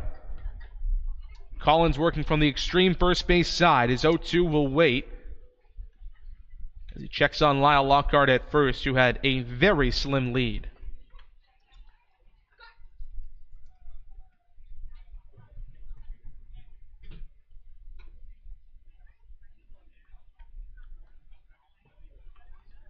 Collins peers in for the sign from Humphreys behind home plate. He comes set chin high. The 0-2 is swung on and popped up into center field. Duke Ellis stood there for a moment, then takes 2 steps back and makes the play for the final out of the inning. The Gatemen strand runners out the corners, but not before an RBI single from Lyle Lockhart scores the first run of the game for Wareham, and we've got a 1-1 tie as we head to the top of the 6th on the Gatemen Baseball Network. Learning at Curry College extends beyond the classroom and is embedded in all that they do. Curry prepares students to engage in successful careers and active citizenship with a global perspective. Explore undergraduate majors, minors, and concentrations, including new majors in accounting, biochemistry, and software development, online at www.curry.edu.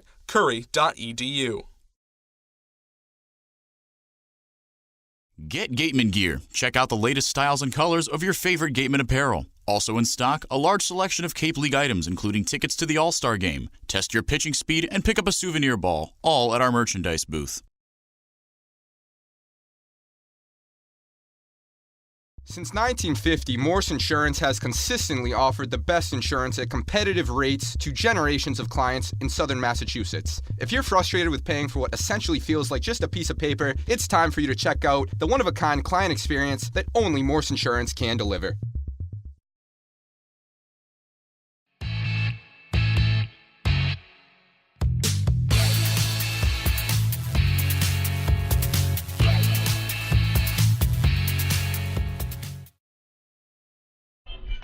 Top of the 6th from Spillane Field, 1-1 the score between the Wareham Gatemen and the Cotuit Kettleers.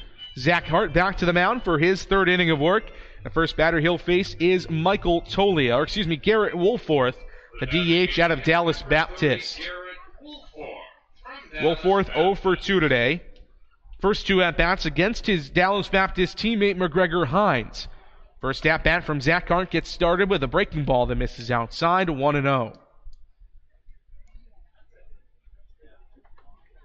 Wolforth came into the game as one of the hotter hitters on this Cotuit roster. 1-0 misses inside, 2 balls and no strikes to the switch hitter batting left against the righty, Zach Hart. Came in hitting .273 on the season in 3 games. 3 hits and 2 doubles for him. 2-0 from Hart, waved on and missed. Nice fastball in the outside corner, 2-1.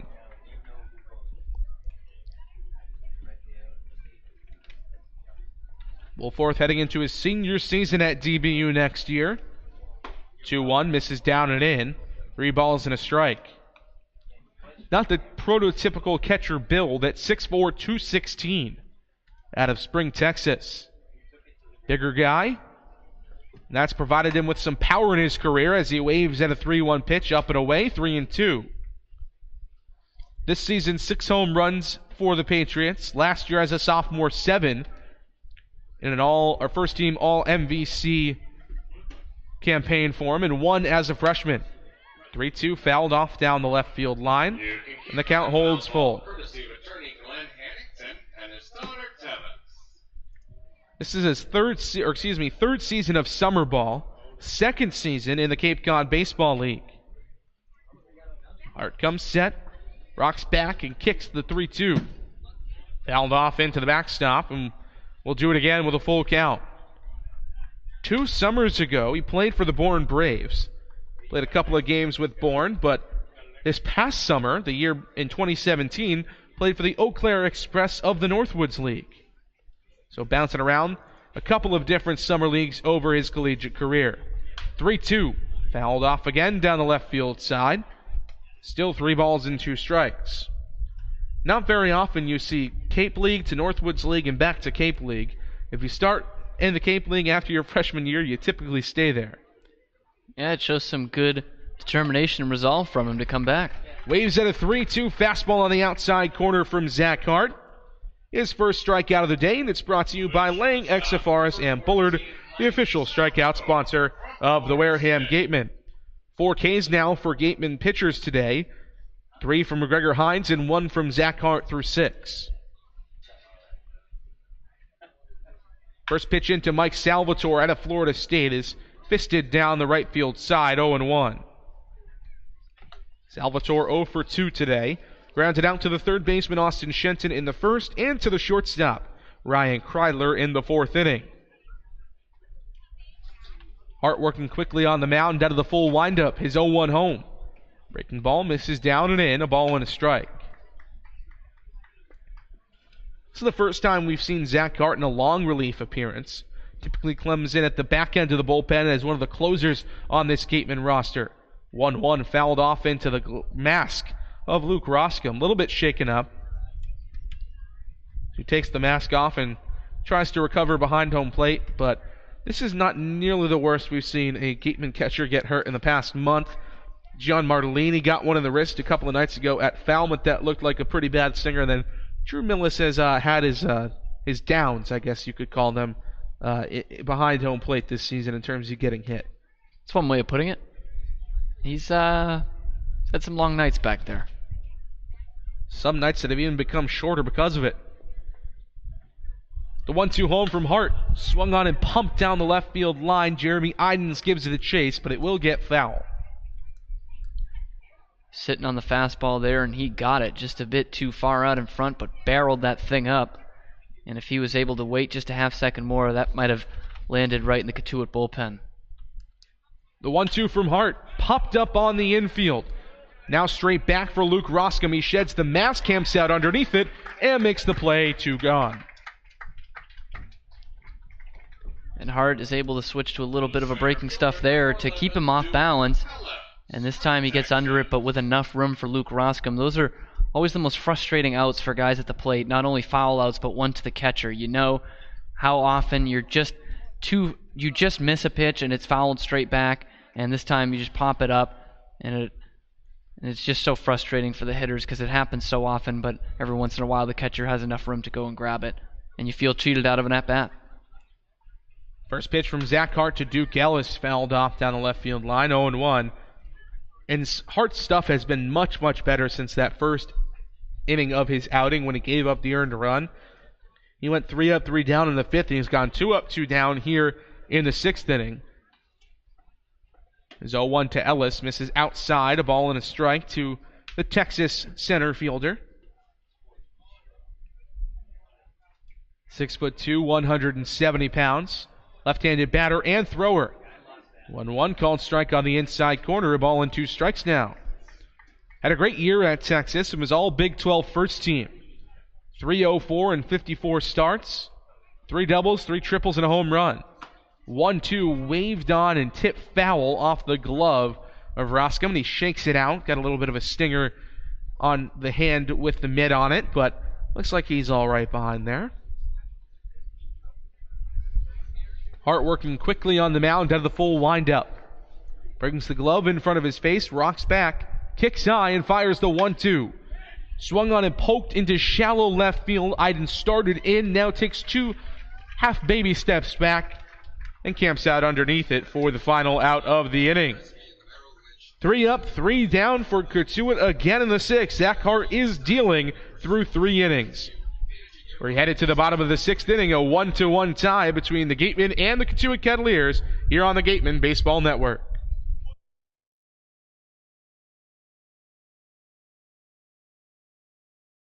The 2018 Cape League All-Star Game will be played at White House Field, home of the Harwich Mariners. Mark the date on your calendar, Sunday, July 22nd. Game time is 6 o'clock p.m., but the gates open at 2 o'clock. One highlight will be the Cumberland Farms home run hitting contest. There will also be an autograph session and a large merchandise village with items from many of the teams. Be sure to buy your tickets now right here at the merchandise stand. Tickets are just $5, and part of the proceeds will support our Wareham Gatemen.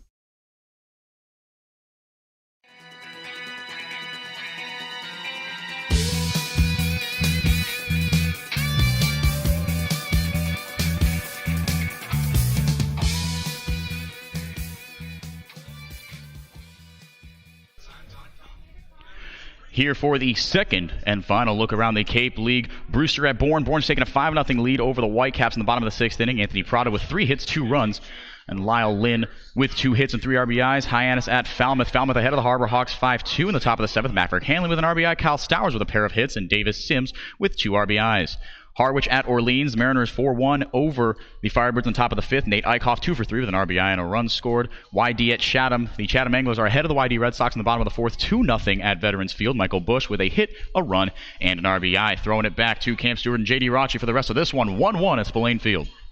Thank you very much, Henrique Demore. Great job as always. And a new right-hander On the mound for the Cotuit Kettleers here in the bottom of the 6th, it's the right-hander Ryan Leffner out of St. Louis University. 5.40 ERA and 10 games out of the bullpen for Leffner this season. In 18 and a third innings, he's given up 21 hits, walked 6, and struck out 16. Last time out against Wareham, he went 3 scoreless with allowing just 1 hit in the tie at Lowell Park back on July the 12th. First batter he'll face is the left-hander Luke Roscom, who has walked twice today. First pitch from Leffner is swung on and pumped into right field, moving back on it Will Robertson, and he gets just underneath it on a well-hit line drive from Luke Roscom, but hangs up in time, 1 gone. It's about the 4th or 5th time we've really seen the Gatemen give a ball a ride out to the outfield, and it's just hung up right in front of the outfielders for an out. Still waiting on that first extra base hit of the game today for the Gatemen.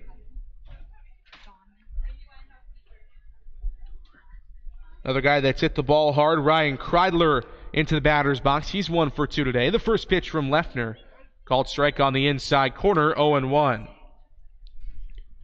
Kreidler flying out to deep center field back in the 2nd inning, and then singled in the 4th. Leffner working exclusively out of the stretch from the first base side is 0-1. His tap foul back into the backstop, 0-2.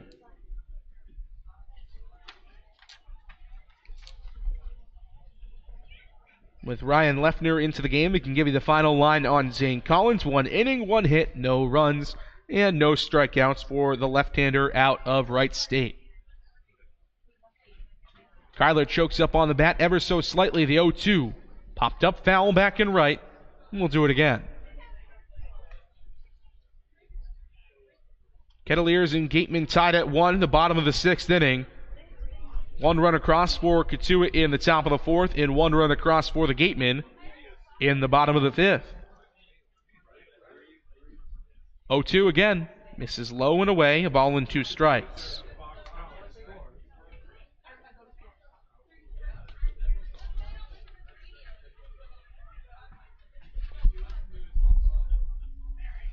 Kreidler, the right-hander out of UCLA, versus Leffner, the right-hander out of St. Louis.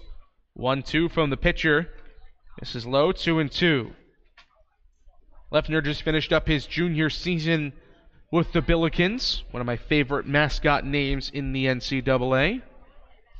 A 3.86 ERA for him this year. 2-2 misses low, 3 balls and 2 strikes. In 23 games, he went 35 innings with 34 hits, 15 runs, all of them earned, 8 walks and 45 strikeouts for the right-hander out of San Juan Capistrano, California. 3-2 waved on and missed. Blew the fastball by Ryan Kreidler. First strikeout of the day for Leffner, and the 5th strikeout of the day for Cotuit pitching. 2 up, 2 down against Leffner. And Skylar Hunter, representing the bottom of the order, strides in from the left side. First pitch to the switch hitter, misses up high on a frame job attempt from Zach Humphreys, 1-0. Hunter 0 for 2 today. The 1-0 pitch slapped to the right side of the infield, and a diving stop by Adam Oviedo ends the inning for the Gatemen. Hunter frustrated with himself, robbed of a single by Adam Oviedo, as we finish up the bottom of the 7th inning. Headed to the top of the 8th, it's still, the bottom of the 6th inning. Headed to the top of the 7th, still a 1-1 ball game for Spillane Field. Zach Hart back to the mound when we come back on the Gatemen Baseball Network. Head on over to BB's Bar and Grill for food, drinks, and fun. Located just off Cranberry Highway, come in to sample the scrumptious fare or relax with a drink while enjoying live entertainment. The Gatemen thank BB's Bar and Grill for their support. The law firm of Lang, Exafaris & Bullard, providing families and businesses in the greater New Bedford community with legal services for 40 years. We look forward to serving you. For an appointment, call 508-992-1270. We invite you to learn more about the law firm of Lang, Exafaris & Bullard by visiting our website, lxblaw.com.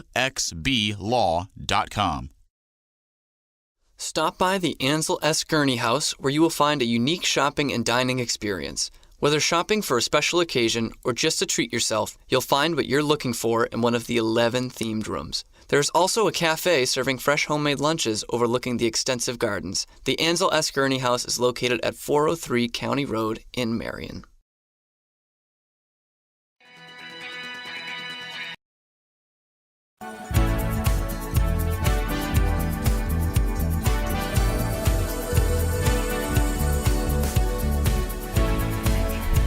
Zach Hart back to the mound for his fourth inning of work. The 1-1 tie between the Cotuit Kettleers and the Wareham Gatemen here on the Gatemen Baseball Network. Alongside Cameron Stewart, I'm JD Rachi. Brady Smith, the right-handed hitting third baseman out of Florida, leads it off against Hart, and the first pitch is in there for a called strike, 0-1. Smith today 1 for 2. Strikeout looking in the second against McGregor Hines, and a single back in the fourth against Zach Hart. 0-1, a called strike again, 0-2.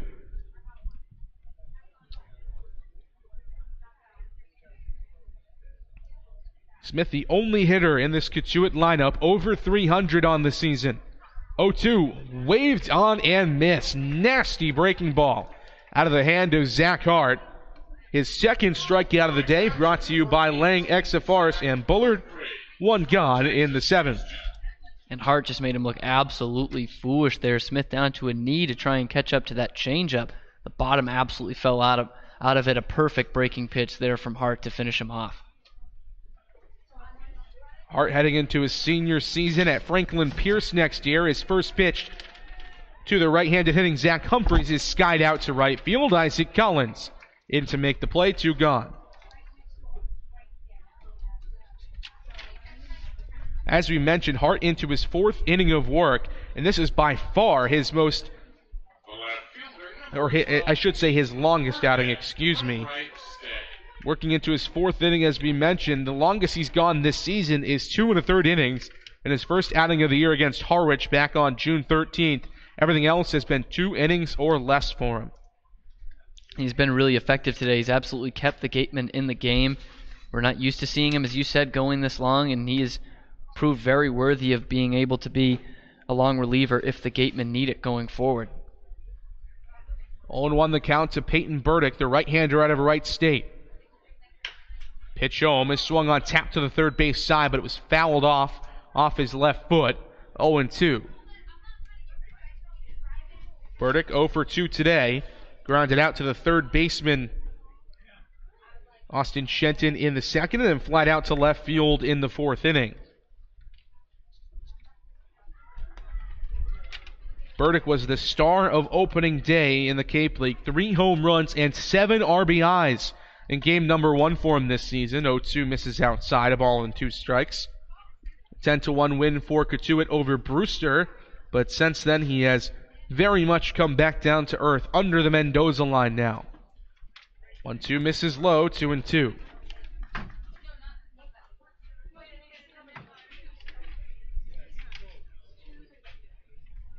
Two balls and 2 strikes with 2 outs in the top of the 7th. Pitch from Hart, waved on and missed. Another nasty breaking ball on the outside corner. Second strike out of the inning, third of the day for Zach Hart. All of them brought to you by Lang, Exafaris, and Bullard.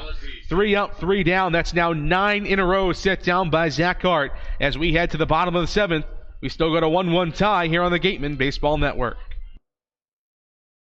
The Bay Point Golf Club offers a unique collection of 18 championship golf holes, a beautiful banquet facility, and a club host that has a fully stocked pro shop. The Bay Point Grill is a perfect place to grab a meal or watch a game. The course is located off of Onset Avenue in Buzzards Bay. The Gatemen thank you for your support.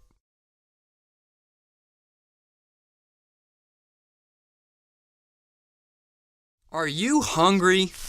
Visit the concession stand for some new menu items. Try fried dough, chicken fingers, or French fries along with your regular favorites, hot dogs, burgers, cold drinks, and ice cream. Proceeds from the concession stand support the Gatemen and the Wareham High DECA program. The 80 Makepeace Company also owns and operates Reed Custom Soils, the area's leading manufacturer of custom soils, including CU structural soil and Rooflight certified green roof media. Reed Custom Soils is also a manufacturer and distributor of baseball infield mix and conditioners. To learn more, visit 80makepeace.com or reedcustomsoils.com.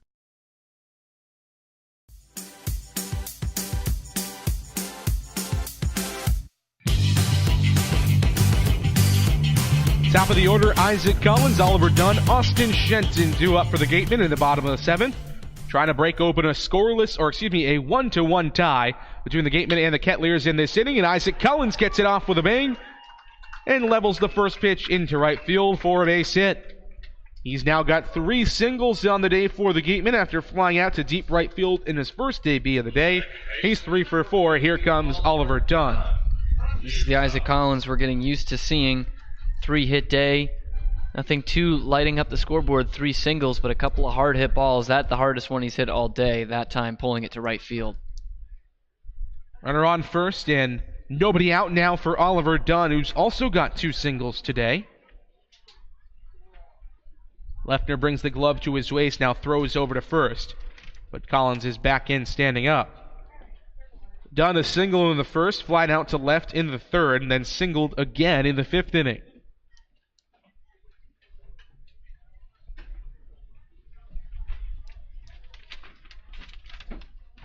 Lefner looks into his catcher, Humphreys.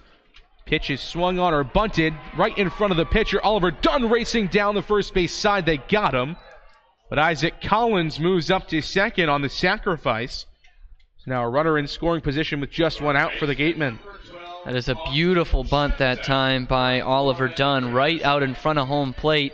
He almost beats it out for a base hit, but does the job, moves over Isaac Collins.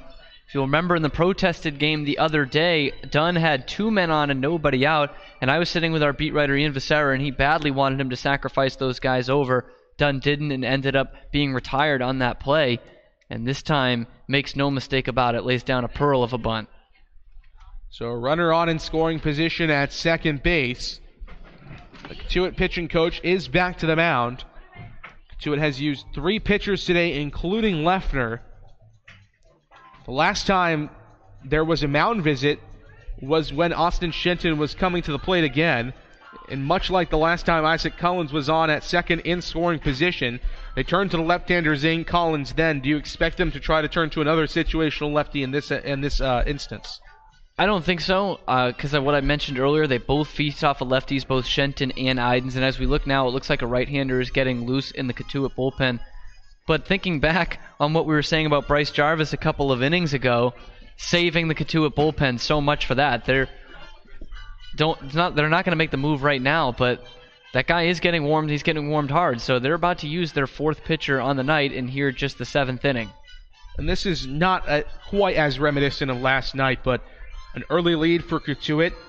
They blow it with the starter, and then the other team starts to make a comeback, and they have to dive deep into that bullpen. The All-Star break probably coming at the best possible time for this Cotuit pitching staff. Yeah, and they're kind of going to let everything loose in this game tonight, coming off the frustrating loss last night. They want to get a victory going into that All-Star break, and they're going to use up pretty much the majority of their arms to do it. Cotuit at 14, 16, and 3 on the season, trying to get a little bit closer to 500. First pitch from Ryan Lefner into Austin Shenton, misses inside. Shenton had to bend out of the way, 1-0. Shenton 1 for 3 on the day, flied out to right field in the first, singled in the 3rd, and flied out to center in the 5th. 1 on, 1 out in the bottom of the 7th for the Gatemen. Isaac Collins with speed and scoring position at second base. Something softly hit to the outfield would almost certainly score Collins. Shenton not a guy that hits anything all that softly, but even if you place one well, Collins could easily score from second base. And now they're going to intentionally walk him. Maybe not a bad idea to avoid that scenario, but now you've still got a great RBI guy in Jeremy Idens coming up. You're not moving that runner at second along, obviously, and I think they're doing it to try and get a force out of him, but Idens has got some speed. He's not an easy guy to double up. Certainly isn't. Not your prototypical speedster. When I think speedster, I kind of think the Oliver Dunns and Isaac Collins and Sahid Valenzuela's of the world, but Idens with a bit longer gait can really get around the base paths pretty quickly. And again, the Cotuit pitching coach is out to the mound, and it looks like the day is done for Ryan Leffner. He started walking off the mound, but now pitching coach calls him back. Maybe the day isn't quite done for him. Yeah, maybe he just wants to have an extra word with him, and that is going to be it for Leffner. And Iden's not a guy who hits into many ground balls either way, so this is a tough decision coming up for Cotuit bringing in another pitcher. So Ryan Leffner's day is done, and it's another right-hander to the mound for Cotuit here in the 7th. Runners at first and second, one out when we come back on the Gatemen Baseball Network. Got legal trouble? Attorney Mark Deshays is here to help the greater New Bedford area with real estate and business law, estate planning, and probate. Visit him today.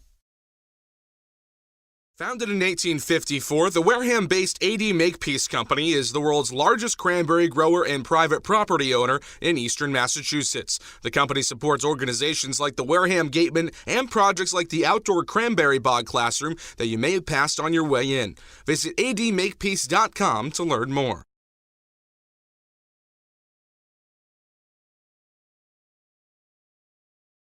Located in Wareham Crossing, Coastal Orthodontics, longtime sponsor of the Wareham Gatemen, knows the importance of a healthy smile. Dr. Kevin Oliveira and his team at Coastal Orthodontics are a patient-focused practice, delivering professional, effective orthodontic treatment based on the individual clinical needs of each patient, resulting in beautiful smiles in a timely manner. With 10 years of experience using Invisalign, Coastal Orthodontics uses the most up-to-date dental equipment.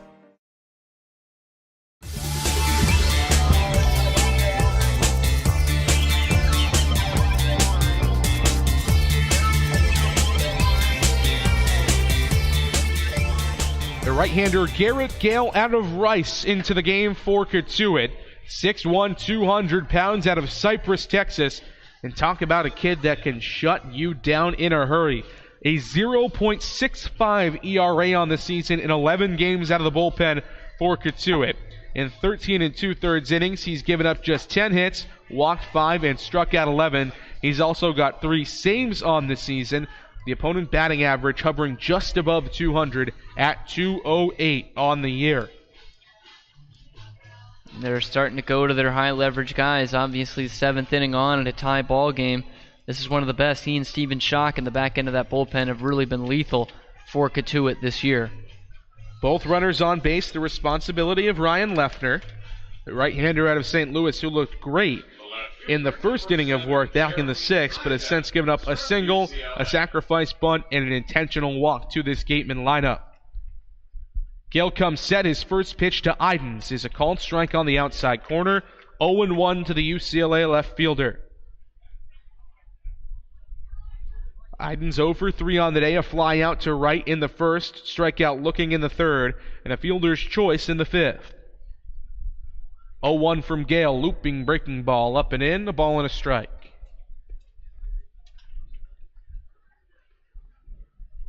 Gale coming off his sophomore season at Rice.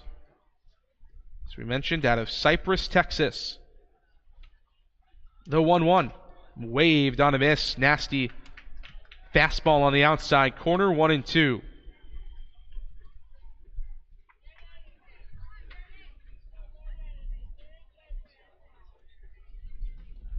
Ball and 2 strikes. Runners at first and second. The 1-2 home. Misses up high, and Zach Humphreys had to Odell Beckham it down. Make sure it didn't get behind the catcher. And all the way to the backstop. Nearly a wild pitch, but it's just an even count at 2 balls and 2 strikes.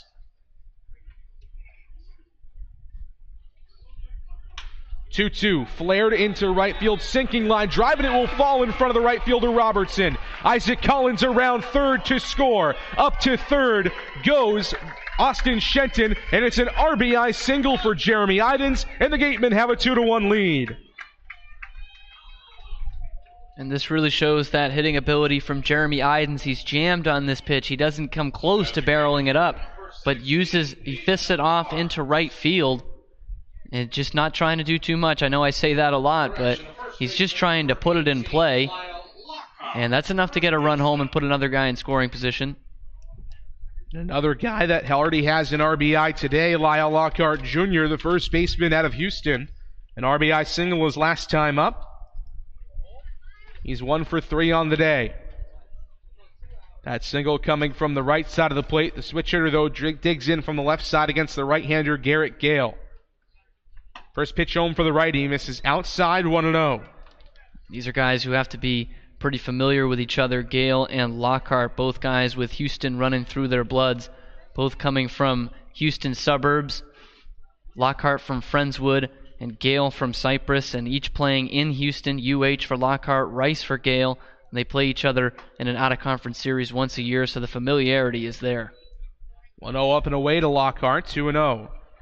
And when guys have seen each other, so much over the course of their careers, who do you think has the advantage, pitcher or hitter? Well, it's always interesting, right? I would always say advantage hitter. Pitcher knows his weaknesses, but the hitter obviously knows his strengths so well, and he doesn't want to have to switch up his strengths. 2-0 swung on and missed, and Jeremy Idens cut down and caught stealing.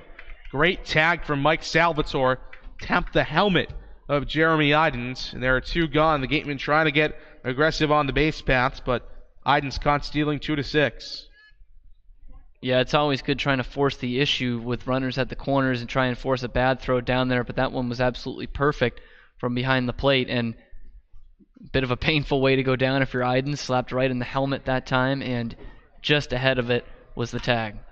2-1 inside to Lockhart, fisted foul down the left field side. He barely fought it off, 2-2.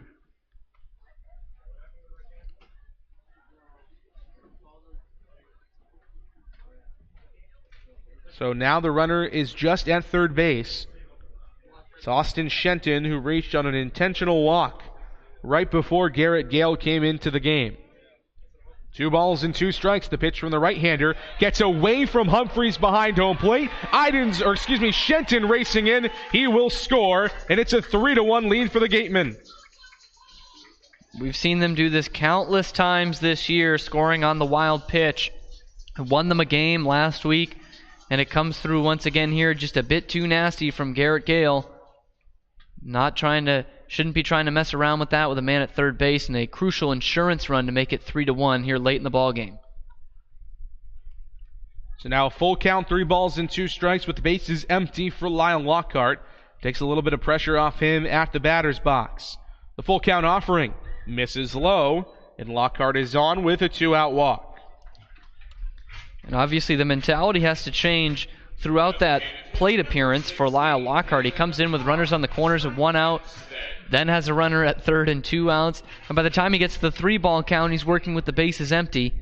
So he has a chance to be a little more patient there, not trying to overdo anything, and still gets on base with the walk. Now Paven Parks, the left-handed bat out of Kent State, strides in. Gatemen working with a 2-run lead and a runner at first with 2 outs. First pitch from Gale, called strike, 0-1. Parks 0 for 3 on the day. 2 strikeouts, 1 in the second and 1 in the fourth, as well as a fly out to center field in the 5th inning.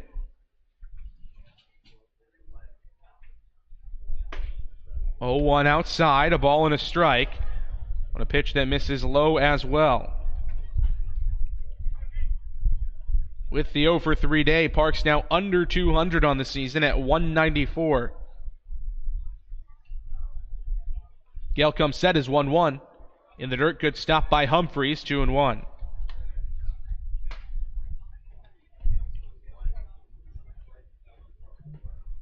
Two balls and a strike, 2 outs. Bottom of the 7th inning, 3-1 the lead for the Gatemen. Throw over to first, but Lockhart back in, standing up.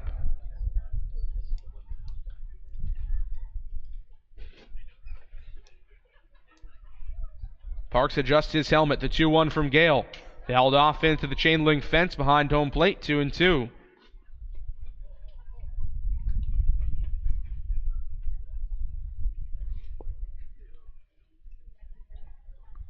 Parks working on his 73rd at-bat of the season for the Gatemen. Trying to keep this inning alive for Wareham. The 2-2. tapped right out in front of home plate, gloved by Humphreys. It's a fair ball. His throw to first in time, side retired. But two more come across to score on a couple of RBI singles, one from Jeremy Idens, and an RBI single from Jeremy Idens, and then a wild pitch that scores Austin Shenton from third base. 3-1 Gatemen as we head to the top of the eighth on the Gatemen Baseball Network. Ticket 519-0767. For the Water Whiz, all-day passes for two. Ticket 518. Village Signs of Mattapoisett. They do it all, from logo design, trucks and buildings, to boats. Village Signs has proudly served southern New England for over 35 years. Visit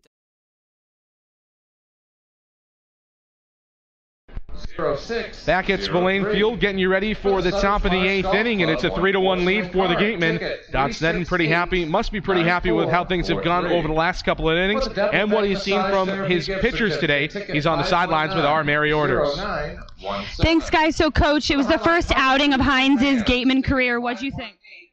Well, I think he did all right. He didn't have real good fastball control, but his best pitch is a changeup, and he really kept him off balance with that pitch. So if we can get a little bit more control with that fastball, he's going to be a good player for us. And Hart is usually a back of the bullpen guy. He went 4 innings today. What'd he do to be able to go that long? Well, we got to move some guys around now that we've lost some guys with that. And he's a big, strong guy, and he started in college, so that's not a huge adjustment for him. So he did a great job there keeping the game in check for us. Lastly, we've left quite a few guys on base. What do we need to do to convert on those runners? Well, I mean, again, this game is a very humbling game, and every night you go out there and you think you got it figured out, and then the game just drops you back right down to its knees. So we got to get that clutch hit, just like that little blooper Idens got right there for us. Hopefully we got a couple more of those in store for us. Coach, thanks so much. Guys, back to you. Thank you very much to Mary and Coach Sneddon as always. And now the Gatemen will turn to their third pitcher of the day, the right-hander out of Charleston Southern, Ryan Stoudemire. This pitching change is brought to you by the Bay Point Club, Onset's 18-hole championship golf course. With a driving range open 7 days a week and senior discounts offered every day, we're always welcome to the public. So go. Get to the point. A fantastic outing for Zach Hart ends after 4 innings. He was impressive today, Cam. Yeah, sets down the last 9 in order, mixes in 3 strikeouts from that span. He really had all his pitches working today, but the changeup, which we haven't seen working too well for him throughout the season, was really on, and he had some good-looking hitters off balance. Now, big Ryan Stoudemire, his first pitch into the Cotuit Kettleers is lined right into the glove of the left fielder Jeremy Idens from Adam Oviedo, 1 gone. We always talk about that old baseball adage, the toughest one as an outfielder is the one hit right at you. Jeremy Idens really didn't even have to move here. It's a line drive. All he has to do is put his glove up and just wait on it. 4 innings, 1 hit, no runs, and 3 strikeouts for Zach Hart. 1 run across to score against him. It was earned. First pitch into the top of the order, and Will Robertson, it's 0-1. Nonetheless, still a fantastic outing for Zach Hart on the day. The 0-1 from Stoudemire, chopped to the left side of the infield. Gloved on a charge from Ryan Kryler. His running throw in time to nail Robertson. 2 up, 2 down for Cotuit in the 8th.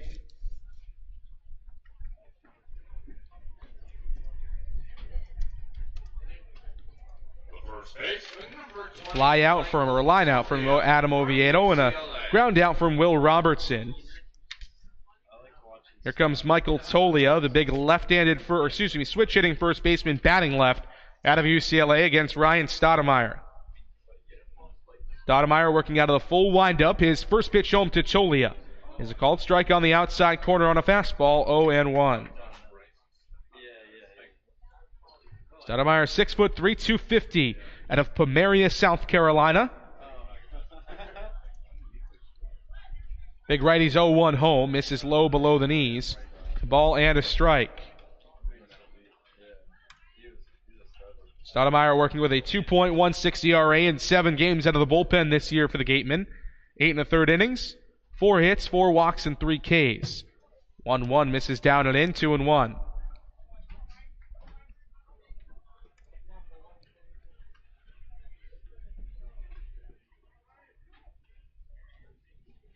Tolia 0 for 2 on the day led off the day with a walk in his first plate appearance of the game back in the first inning. 2-1, misses outside, 3-1. Flied out to center in the third inning and then grounded out to the second baseman, Oliver Dunn, in his last plate appearance back in the fifth. Here in the eighth now, after 3 straight innings where Cotuit went 3 up, 3 down against Sac Hart. 3-1, nubbed foul down the left field line, 3-2. Should say down the right field line, excuse me. Full count, 3 balls and 2 strikes from Stoudemire to Tolia.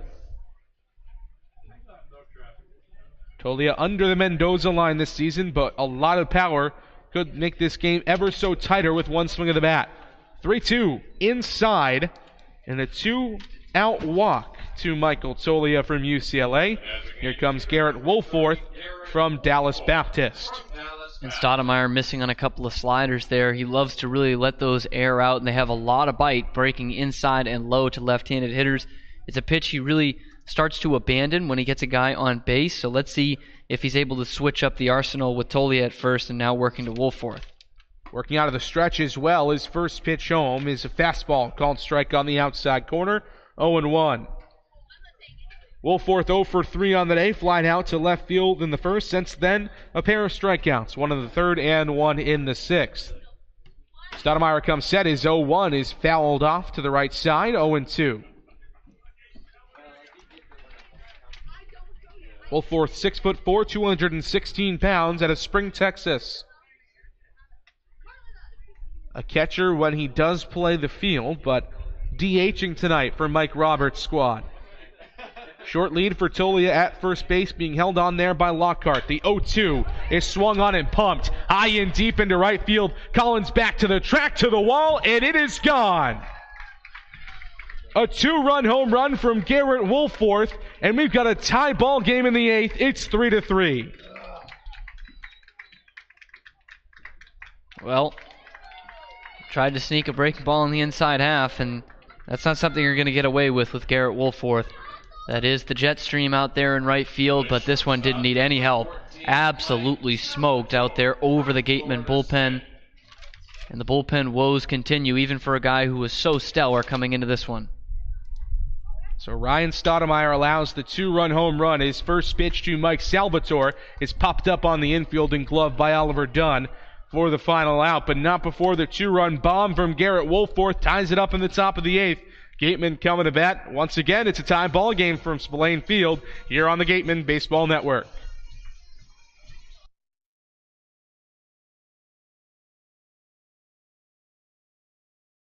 The Gatemen wish to thank Patty Wild and the trustees of the John Wild Charitable Trust for their continued support of Gatemen Baseball in Wareham. One of the Gatemen's favorite places for their post-game meals is Cool Cone, where you can get anything from fried clams and fried chicken to an ice cream sundae, and then top it all off with a round of mini golf. Cool Cone, located on Route 6 on the Wareham-Marion line.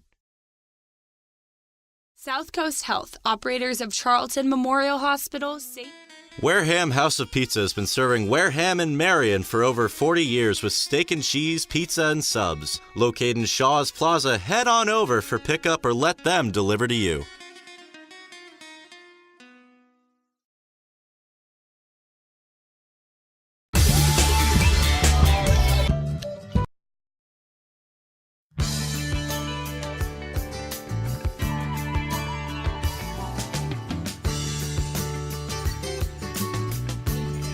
A 2-run homer from Garrett Woolforth in the top half of the eighth inning has a tie ball game here from Spillane Field. It's 3-3 with Luke Roscom coming to the plate in the bottom half of the eighth to lead it off against Garrett Gale, the right-hander out of Rice.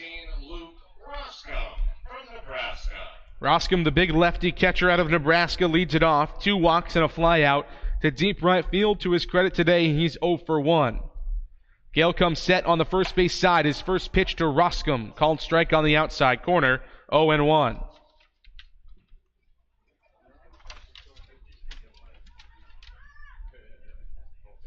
The 0-1 from Gale. Breaking ball up and away, 1-1.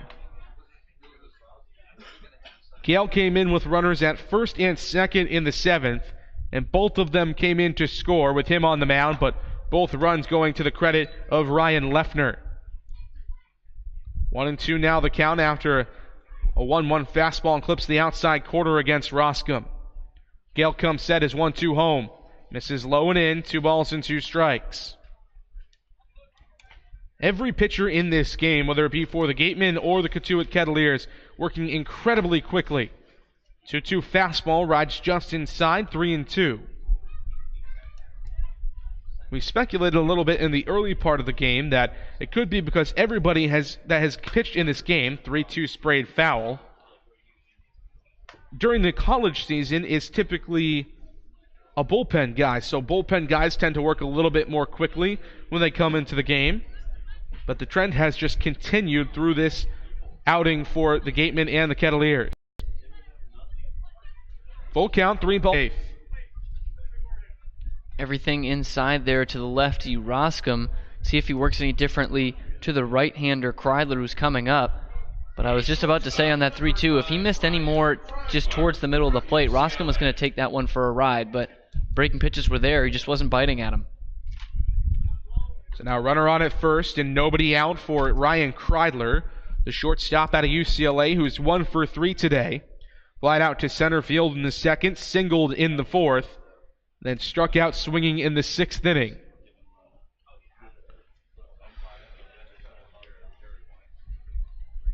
Roscom a short lead at first, being held on by Michael Tolia.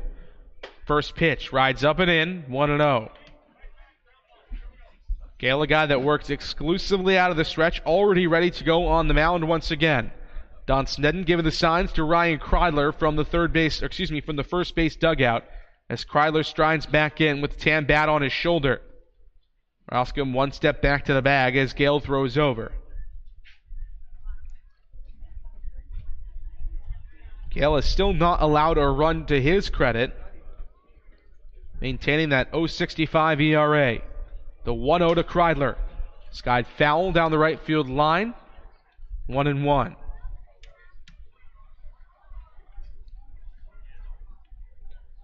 Coming into the day, Kreidler hitting .240 on the season. Trying to deliver in a big spot here. He's got a home run this year. Out to left field here at Spillane Field a couple of weeks ago. 1-1 from Gale. Breaking ball misses up and away. 2 balls and a strike. Roscom, one of the slower guys on the team on at first base. But he has been incredibly patient at the plate today. 3 walks to his credit. Gale comes set, belt high, the 2-1. Roscom off. Fouled back into the screen, though, 2-2 on what looked like a hit and run. I wouldn't expect Luke Roscom to be straight stealing in a tie ball game.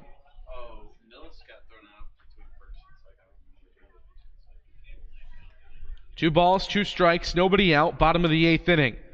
3-3 tie here from Spillane Field. Runner on at first base is Luke Roscom with Ryan Kreidler in the batter's box. Garrett Gale, the pitcher, comes set, belt high, is 2-2 home, misses down and away, and the count is full once again. And at the beginning of the day, the Gatemen were really getting into early outs, meaning that they weren't seeing a lot of pitches. Since then, they have worked the count much, much better against this Cotuit bullpen. Back-to-back full counts to the first 2 batters of this inning. Throw over, but Roscom back in, standing up at first base.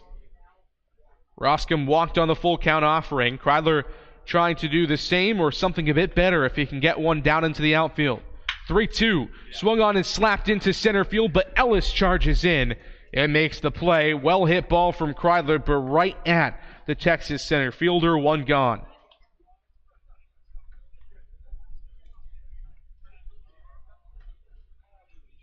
One on, 1 out for the Gatemen. Now we're going to have a pinch hitter. Skylar Hunter's day is done. It'll be Jacob Goldfarb, the former Kettleer, coming to the plate in a big spot here in the 8th. Yeah, it was a tough day at the plate for Skylar Hunter. And with only 1 out here, you want a guy who's going to put together a good at-bat, an on-base machine, as we mentioned so much with Jacob Goldfarb, and try to get this to the top of the order. So the former Kettleer strides in against Garrett Gale. The first pitch to him misses up and away, 1-0. Goldfarb hitting just 182 on the season in 9 games with the Gatemen, but he's walked 9 times. He's also been hit by 3 pitches this year. The on-base percentage at .455, almost 300 points better than his batting average. Left-hander from Oregon stands in. The 1-0 to him. Misses up and away, 2-0. Now the pitching coach out for Cotuit to talk things over with Garrett Gale on the mound. He'll call the entire infield in. What's the message here? Well, if they're not making a pitching change, you just got to say keep the things in front of you here. You still get a chance to double him up. Goldfarb, even though he's an outfielder, isn't the speediest. So I'm expecting more off-speed stuff to try and see him ground into a double play here. I think more than anything, though, it is a time-wasting tactic.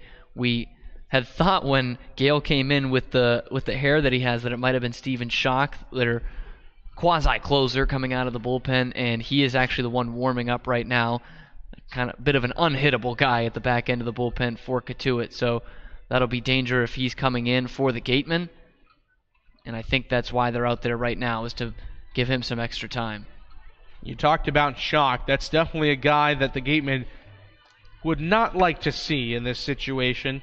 Against Wareham this season, 3 innings, just 1 hit, a walk, and 5 strikeouts for Schock. Although the 1 hit was a double, but the opponent batting average, the Gatemen's batting average against Schock, 100 on the season. 2 balls and no strikes. The pitch home from Gale is tapped back up the middle into the glove of the shortstop Salvatore. He tags the bag for 1 and on to first. An inning-ending double play. Jacob Goldfarb comes in to pinch hit for Skylar Hunter, and he grounds into a 6-3 double play to end the bottom of the 8th inning. We're headed to the top of the 9th, a 3-3 tie here on the Gatemen Baseball Network. Ryan Stoudemire back to the mound when we come back. Wareham House of Pizza has been serving... The Gateway Tavern, located on Marion Road in Wareham, offers an extensive but not exhaustive array of menu choices. They search for the finest in foods, ranging from garden fresh produce to hand-selected seafood, and have special menus that change daily. The Gateway Tavern is proud to be the official helmet of the Wareham Gatemen. The Beach House Grill at Chatham Bars Inn Resort and Spa is the perfect spot for a seaside lunch or evening clam bake. A proud member of leading hotels of the world. One of the area's best restaurants is located right up the street, Brewfish Bar and Eatery. Brewfish offers 20 rotating craft beers on tap and creative pub food. Check out their off-the-menu brunch with a Bloody Mary bar and $5 mimosas on Sundays. Join us for outdoor dining and drinks under the tent, or for live music every weekend, located on Route 105 in Marion.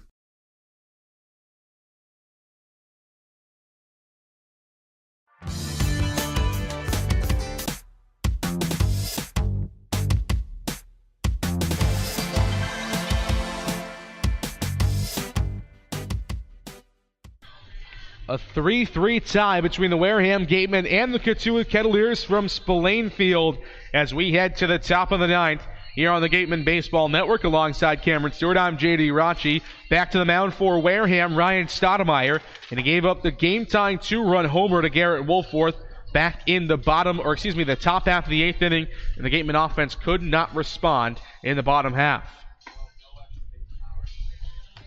It'll be Duke Ellis, Brady Smith, and Zach Humphreys due up for Cotuit here in the 9th. Ellis, the center fielder out of Texas, Smith, the third baseman out of Florida, and Humphreys, the catcher and the all-star out of TCU. Ellis 1 for 2 on the day, single and a stolen base in the second, walked and scored a run in the 4th, then flied out to left field back in the 6th inning. The left-handed batter from the University of Texas, Hook'em Horns. First pitch lays down a bunt, but it will get foul as it bounced off home plate and careened back over the left shoulder of Luke Roskin behind the plate. 0-1.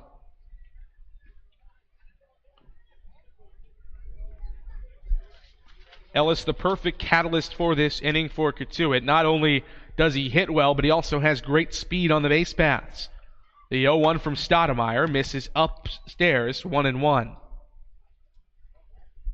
Now that he laid down a bunt on the first pitch of the at-bat, Austin Shenton forced to play in on the third base grass. 1-1 shows bunt again, pulls it back, but it's in there for a called strike, 1-2. Ellis coming into this game with a .213 average, but hit over .300 this year at Texas in the Big 12. 1-2. Outside, 2 balls and 2 strikes. First batter of the top of the ninth inning is Duke Ellis out of Texas. A 3-3 ball game here from Spillane Field. The 2-2 home from Stoudemire. Waved on, tapped out of the glove of Luke Roscom. He had a chance at pulling that in for strike 3, but couldn't make the catch. And it's still 2-2. Duke Ellis stays alive. Stoudemire, the big right-hander out of Charleston Southern, working from the first base side of the rubber. His 2-2 out of the full windup just misses outside. A breaking ball. Luke Roscom held the frame but couldn't get the home plate umpire to bite. The count runs full. Stoudemire tucks a tan glove into his hip. The 3-2 home is swung on, chopped to the right side of the infield. Oliver Dunn charges, sidearm throw to first. In time, 1 gone. That was a battle there by Duke Ellis he was putting on against Ryan Stoudemire, and yet Stoudemire still works that breaking pitch to perfection that Ellis is off balance on and just drives it into the ground. And a defensive shift here for the Gatemen after Jacob Goldfarb pinch hit for Skylar Hunter back in the bottom of the 8th. He'll move into left field, and Jeremy Idens will move out to center. First pitch to Brady Smith in the dirt, 1-0. So now left to right in the outfield, Goldfarb, Idens, Collins for the Gatemen. Smith 1 for 3 on the day with a pair of strikeouts and a single. The 1-0 to him. Big swing and a miss at a changeup, 1-1.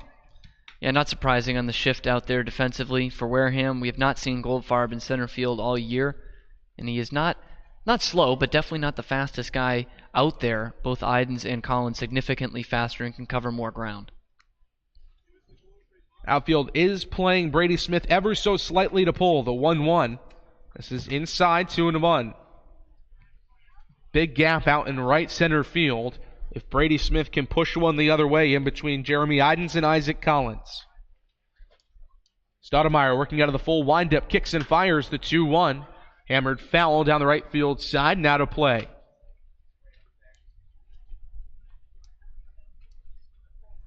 Smith, a utility man for this Cotuit team. We've seen him catch this year. We've seen him play second base, and we have now seen him play third for the Kettleers this season. Coming off his freshman year at Florida, the 2-2 from Stoudemire. Waved on and missed. Big elevated fastball out of the hand of Stoudemire. 2 gone in the 9th. Yeah, we've seen him go to the slider a bunch on 2 strikes in this short outing for him. This time, elevates the fastball, challenge pitch, and gets Smith to go after. He definitely was not sitting dead red on that one. 2 up, 2 down against Stoudemire in the 9th inning after he gave up the game-tying 2-run homer in the 8th. Still a 3-3 ball game, 2 outs in the inning. The first pitch to Zach Humphreys misses up and in, 1-0. Humphreys, the TCU Horned Frog, 0 for 3 on the day. Strikeout in the 2nd, fielder's choice in the 4th, and a fly out to right field in the 7th. Stoudemire brings the tan glove in front of his face, the 1-0. Slider in there for a called strike at the knees, 1-1.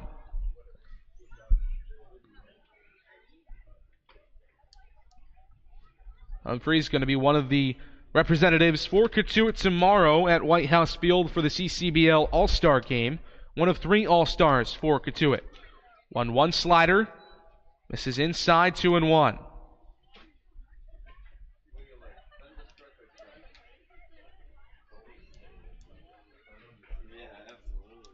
Long maroon socks underneath the white pinstripe slacks. The 2-1 waved on and missed on the outside corner, 2-2.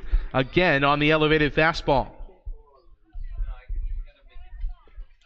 2 balls, 2 strikes, 2 outs in the top of the 9th. Gatemen trying to get to the bottom half with a chance to walk it off in a tie game. Stoudemire, a deep breath, is 2-2. It's tapped foul down the third base side. So Humphrey stays alive at 2 balls and 2 strikes.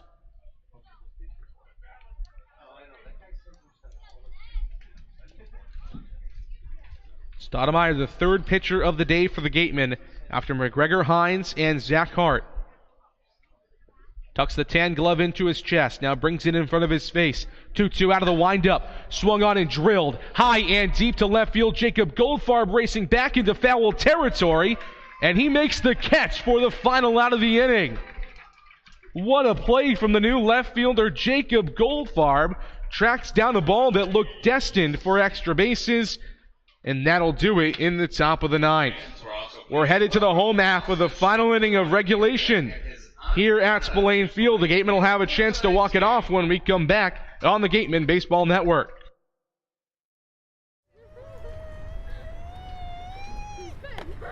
Beat the heat and join us at Waterwiz, a water experience unlike any other this side of the bridge. Open daily, head over to the water park on Route 28, the Cranberry Highway.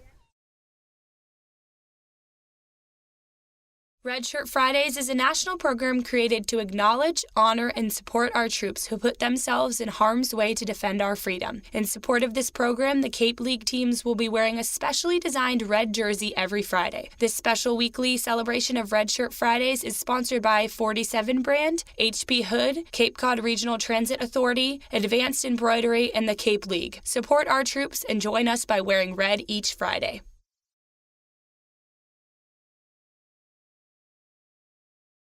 For a nostalgic Cape Cod vacation experience, head to Bay Motor Inn, where guests are treated like family. Located in the heart of Buzzards Bay Village, this 1950-style cottage colony still provides you with up-to-date amenities. The Gatemen thank the Bay Motor Inn for their support.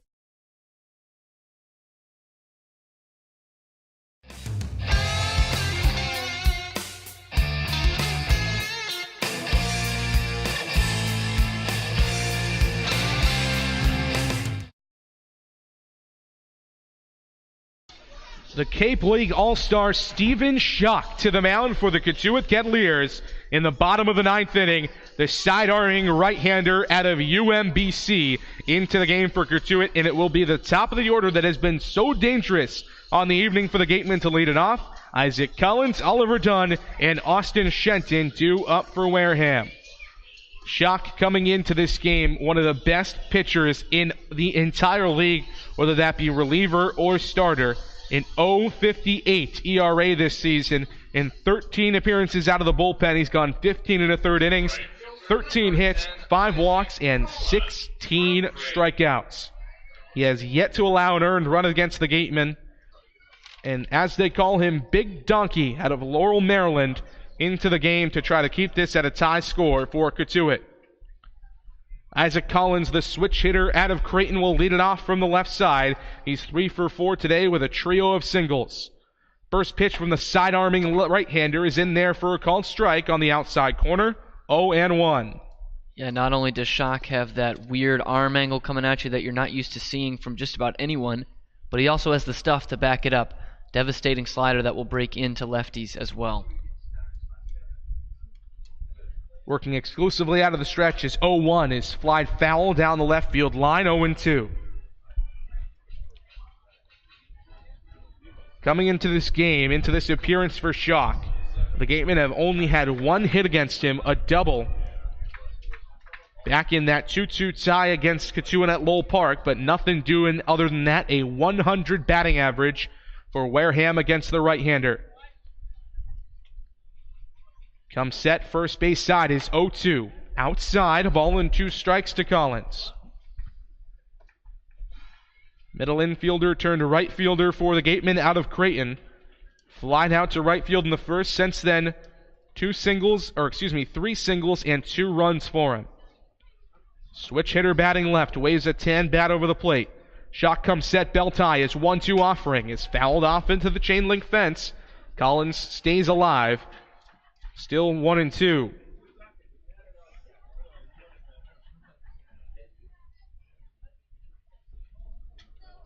Last time the Gatemen were in a walk-off situation, Collins also led off that inning. Led off with a walk and later scored the game-winning run in the bottom of the 10th versus Harwich. The 1-2 in the bottom of the 9th to him. Popped up sky high behind home plate, but it will get out of play. A ball and 2 strikes still.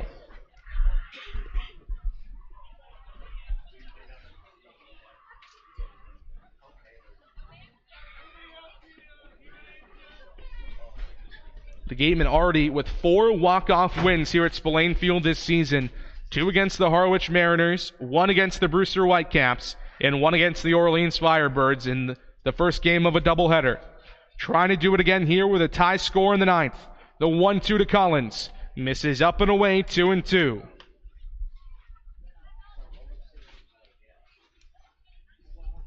Collins with the 3 singles, now up to 321 on the season.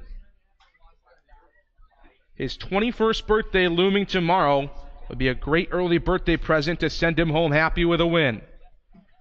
2 balls and 2 strikes. The pitch from the right-hander, Schock, waved on and missed. The breaking ball fools Isaac Collins. He's out in front of it. 1 gone in the 9th. Yeah, it goes with the changeup there. Not only is it so tough to read it out of his hand, then it's coming over the middle of the plate and breaks outside at the last moment. Almost unhittable there for Collins. So that gives way to Oliver Dunn, the left-handed hitter out of Utah. 2 for 3 on the day, a pair of singles, a fly out, and a sacrifice bunt for him.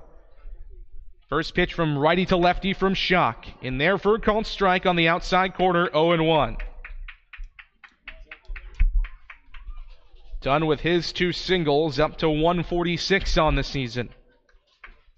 He's come up clutch in a couple of big situations this year for the Gatemen, trying to do it again. The 0-1. Slap foul down the third base side, just to the left of the third base bag. Quickly 0-2.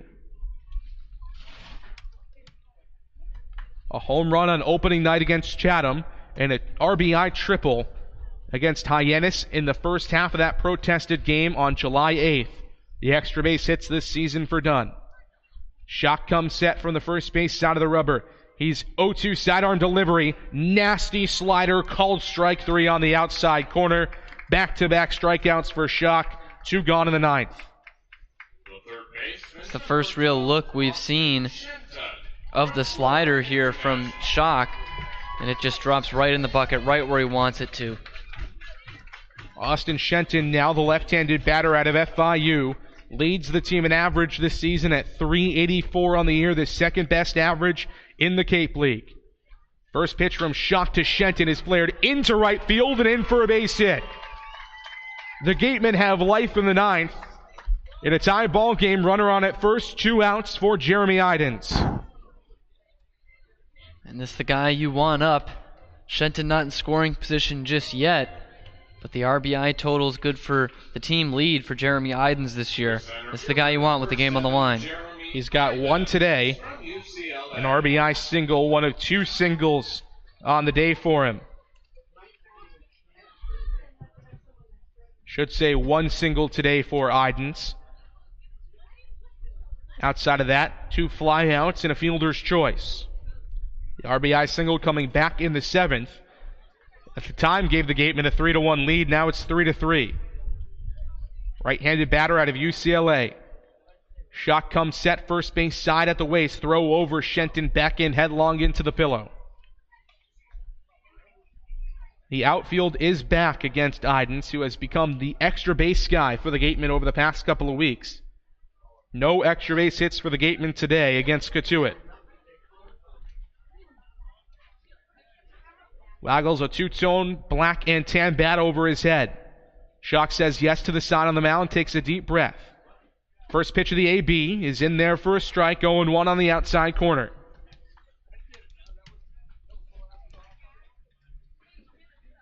And this move to the bullpen for Cotuit, bringing in a guy like Schock, not only can he get you out of this 9th, he can also probably go the last 3 innings of this game, if you have to. Short lead for Shenton at first, being held on by Tolia. Throw over there, but again, back in headlong. Yeah, we saw him do that in the tie at Cotuit. I believe it was the 8th through the 10th after it was called due to darkness. So he is that guy, like you say, who can go a couple of innings for you and kind of shut this thing down.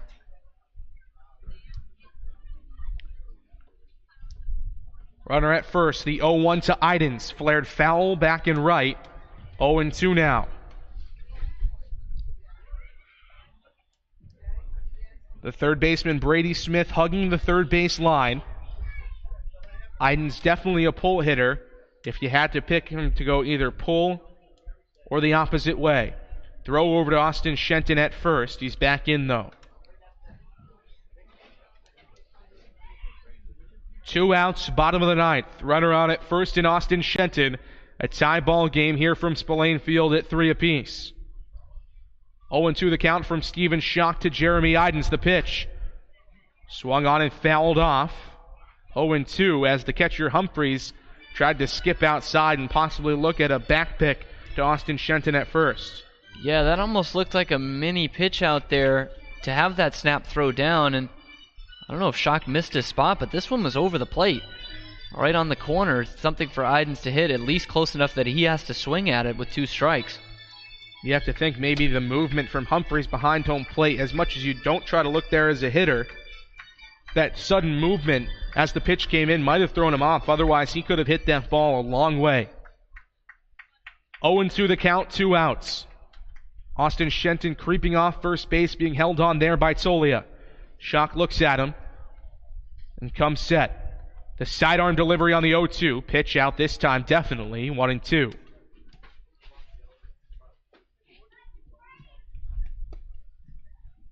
Schock out of the University of Maryland, Baltimore County. The Retrievers of UMBC. Transfer from Appalachian State after 2 years with the Mountaineers. 1-2 will wait as Shenton is back in headlong.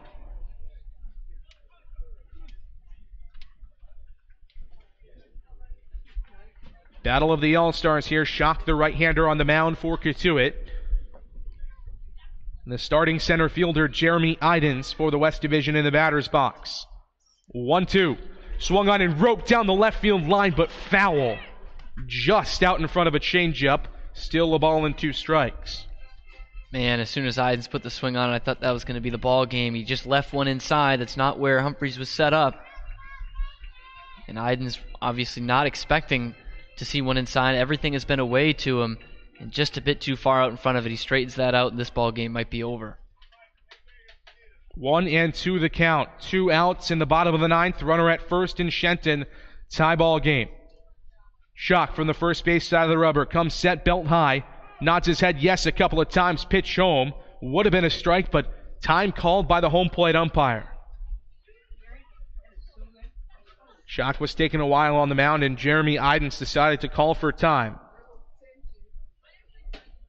Short lead for Shenton on at first base. Infield and outfield playing Idens to pull. Deep breath for Schock. The 1-2 from the right-hander. Outside, 2-2.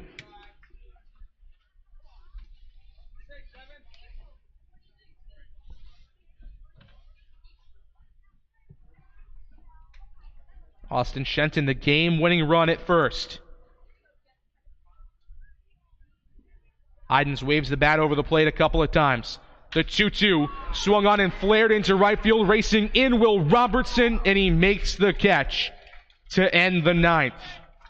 Free baseball from Spillane Field. We got a 3-3 ball game between 2 Western Division rivals in the Wareham Gatemen and the Cotuit Kettleers. We're headed to the top of the 10th here on the Gatemen Baseball Network.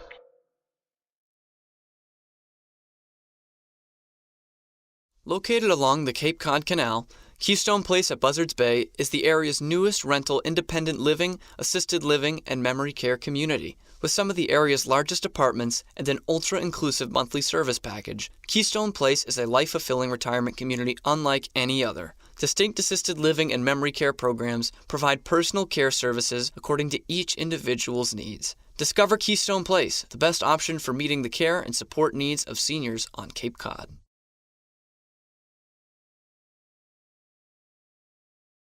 Clobbered high and deep to right center field, and this one is gone. A home run. Eastern Propane and Oil is the Wareham Gatemen home run sponsor. Each time a home run is hit by a Gatemen player, Eastern Propane and Oil donates a camp scholarship to a deserving youth. Eastern Propane and Oil, we're in your neighborhood.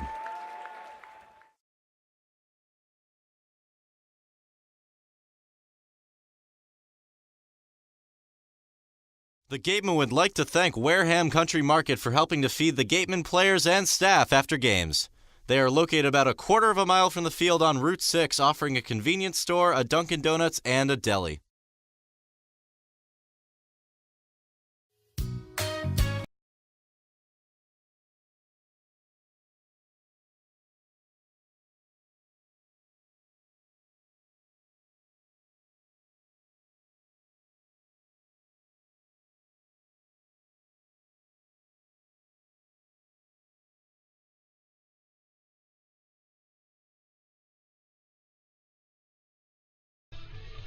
Right-hander Cody Carroll to the mound in the top of the 10th inning for the Wareham Gatemen. The 3-3 ball game here at Spillane Field. Bottom of the order, 8-9-1.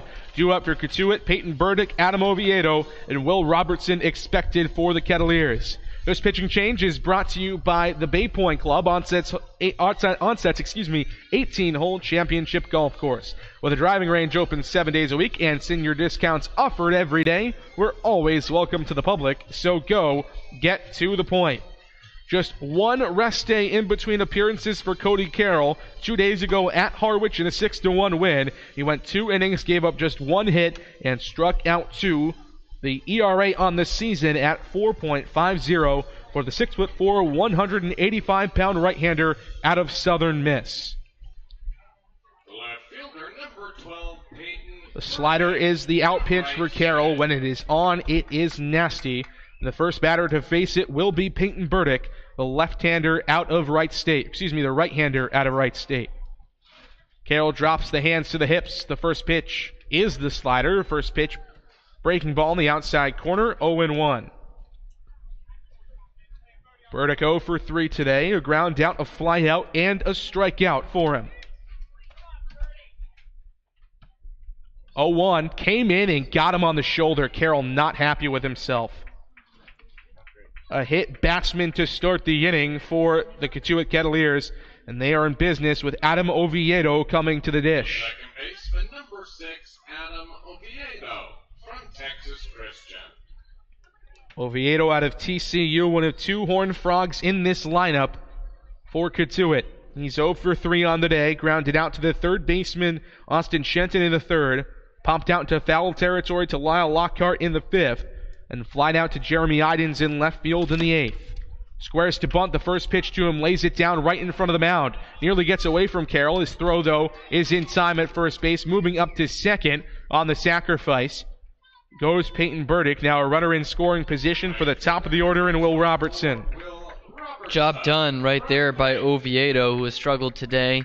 Number 9 man bunts him over to second, and this was almost disastrous for Carroll as it takes a weird hop and almost dies right there on the grass in front of him. Has to reach over to get it, but still throws a strike over to first base. So Will Robertson, who is 0 for 3 today, strides in. The left-handed right fielder out of Creighton. Carroll working out of the stretch for the first time in the outing. Comes set chest high. His first pitch home is swung on and looped into left center field and down for a hit. Burdick around third. He will score standing up, and the Cotuit Kettleers take a 4-3 lead in the top of the 10th. And we have seen in close games, late inning situations, Cody Carroll has struggled this year. Earlier in the year, he walked the first 2 guys the 9th inning. They came back to tie the game. We went to extras that night.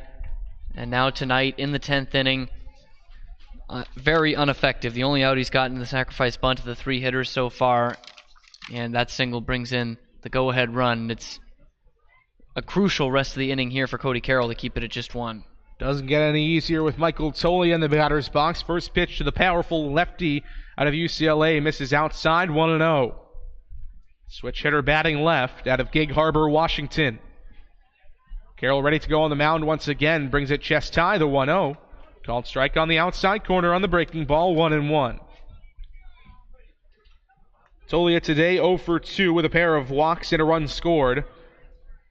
Scored on the 2-run homer from Garrett Woolforth to tie it up in the 8th inning. 1-1 from Carroll. Misses upstairs and away, 2-1.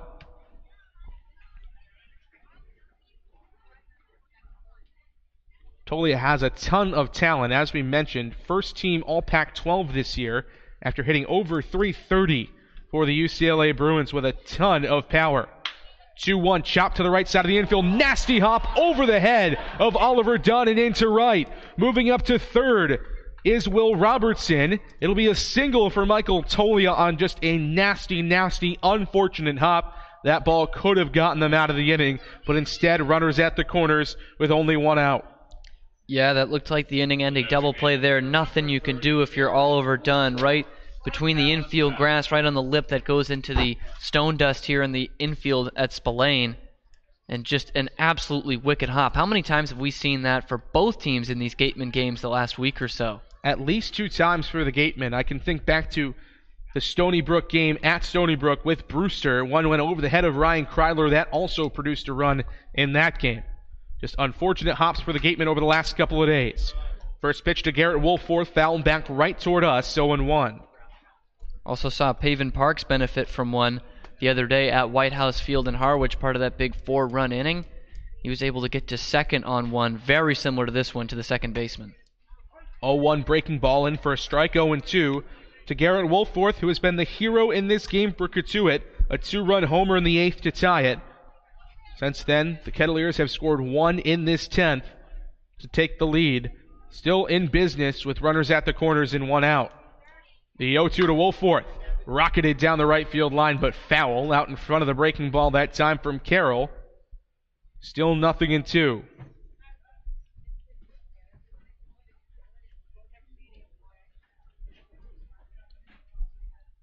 Woolforth to DH out of Dallas Baptist.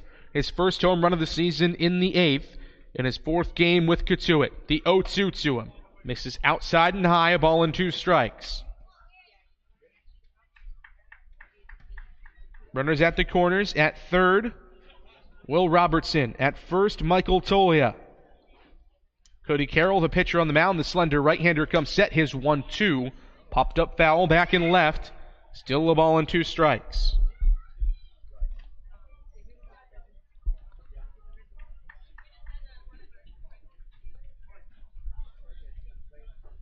Woolforth waves a bat over the plate a couple of times. The right-hander Carroll comes set. His 1-2 home, waved on and missed. Big strikeout for Cody Carroll. His first of the day, brought to you by Lang Exafaris and Bullard, the official strikeout sponsor of the Gatemen. 2 gone in the 9th with runners at the corners. In the 10th. You said a big strikeout there for the second out of the inning. Now you don't have to worry about rushing that double play and hoping the run doesn't score. Now, obviously, anything gets you out of the inning. First pitch to Mike Salvatore. In there for a strike, 0-1 on the outside corner to the shortstop out of Florida State, who is 0 for 4 on the day. Came into this game with the second best batting average for the Kettleers this season. 0-1 home from Carroll. Check swing on a pitch in the dirt. Did not go around, according to our first base umpire, and the count is even at a ball and a strike.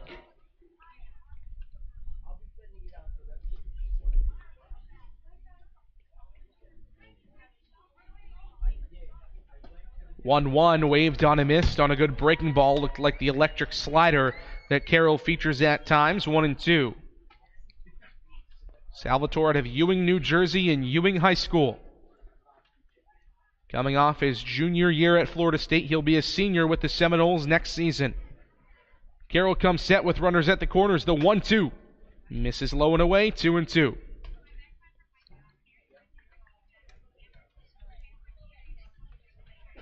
Salvatore, 19th round pick of the Reds back in 2015. Certainly has the talent, as he's shown on the Cape this season. Didn't have a great year at Florida State at just .244, but trying to deliver another insurance run for Cotuit here. The 2-2 to him. Bounced foul back and left. Looked like it might have tapped off his foot. And the count holds even.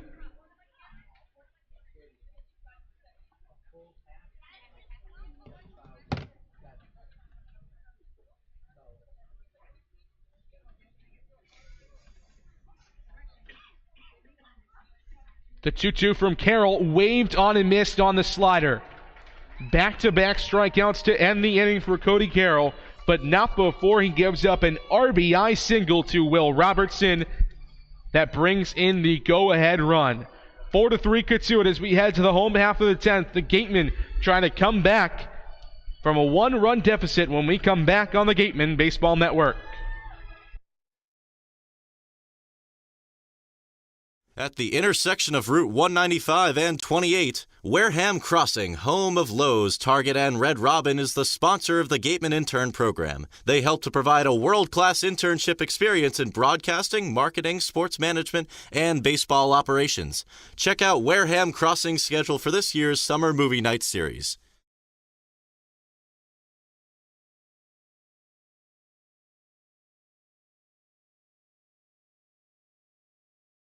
Make sure you sign your child up today for the Gatemen Robertson's GMC Youth Clinics. This year we have 5 one-week sessions for children 5 to 14. We also have 2 special sessions for hitting and pitching open to teens. Registration is available online at gatemen.org or through forms available at the merchandise booth.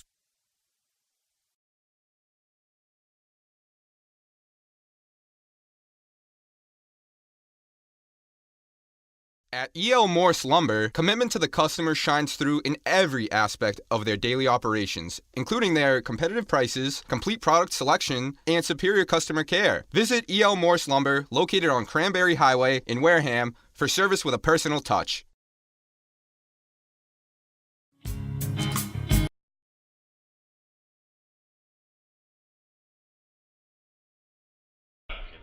Bottom of the 10th inning, Gatemen down by 1, 4-3 to Cotuit lead.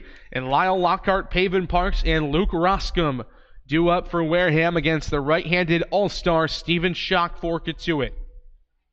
The first pitch from Big Donkey, as they call him, misses outside 1-0. Big sidearm right-hander, towering on that mound, an intimidating presence. The 1-0 to Lockhart. Sprayed foul back and left, 1-1. Lockhart 1 for 3 on the day, an RBI single in the 5th. Also walked in the 7th. You just need him to get on base here. That is his job as the leadoff man. 1 ball and 1 strike to count to the switch hitter batting left against the right-hander Schock. The pitch from the big right-hander misses low, 2-1.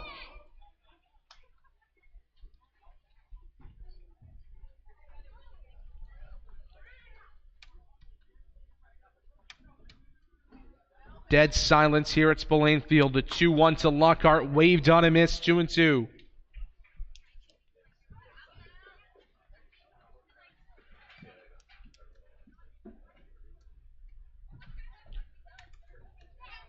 Base is empty with nobody out. Schock takes a deep breath. His 2-2 home. Called strike 3 on a slider on the outside corner. Huge pitch from Stephen Schock. His 3rd strikeout in the last 2 innings. 1 gone, the Gatemen down to their final 2 outs. It's a beautiful pitch there, a little bit of movement right on the outside corner. Nothing Lockhart can do about it from the left-hand side. Just a perfect pitch from Schock. What else is new? Now it's up to Pavin Parks, the left-handed hitting DH out of Kent State, who is 0 for 4 on the night. First pitch home is waved on and missed, 0-1. Parks 2 strikeouts, 2 groundouts in this game. The last one he bounced out right in front of home plate. 2-3 from Zach Humphreys to Michael Tolia. The 0-1 from Schock. Waved on and missed again, 0-2.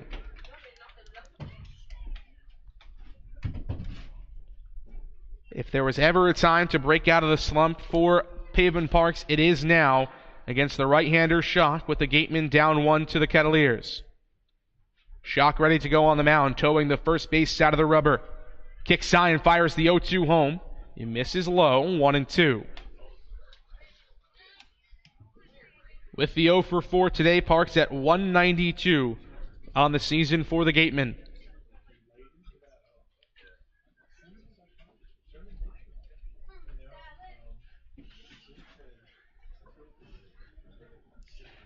One ball, 2 strikes.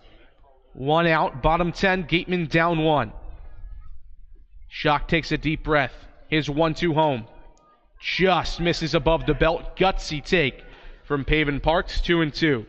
Yeah, a couple of tough pitches to lay off. The first one, after it was 0-2, was just about an inch off from where Lyle Lockhart's strike 3 was rung up, and this one, a high pitch, which we haven't seen much from Schock. Everything's been down low. That's got to look juicy. 2-2 to Parks. Flared foul back and left. He stays alive with 2 balls and 2 strikes against him. Luke Roscom, who has walked 3 times today, is in the on-deck circle for the Gatemen.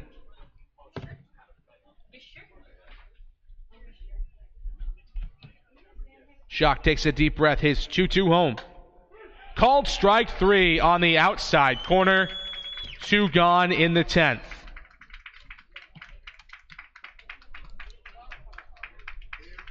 Haven Park's arguing that that was the exact same pitch that was called the ball earlier in the at-bat. But the Gatemen are down to their final out, represented by Luke Roscom. Roscom 0 for 1 on the day, a trio of walks for him. 1 in the second, 1 in the third, and 1 in the 8th inning. First pitch from Schock to Roscom. Called strike on the inside corner, 0-1. Roscom looking for his first home run of the season. That would pay big dividends here for the Gatemen. But his job now is just to get on. The 0-1 misses the outside corner. A ball and a strike.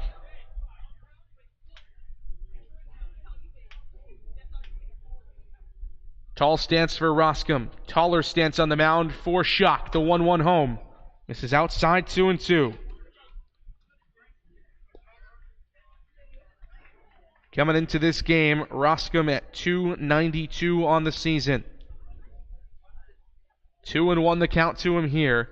The right-hander Schock. Brings the glove to his belt, to 2-1.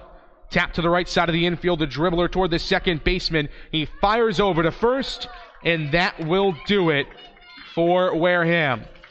Luke Roscom upset with himself as he grounds out 4-3 in the bottom of the 10th. As the Gatemen fall to the Cotuit Kettleers in the final game before the All-Star break.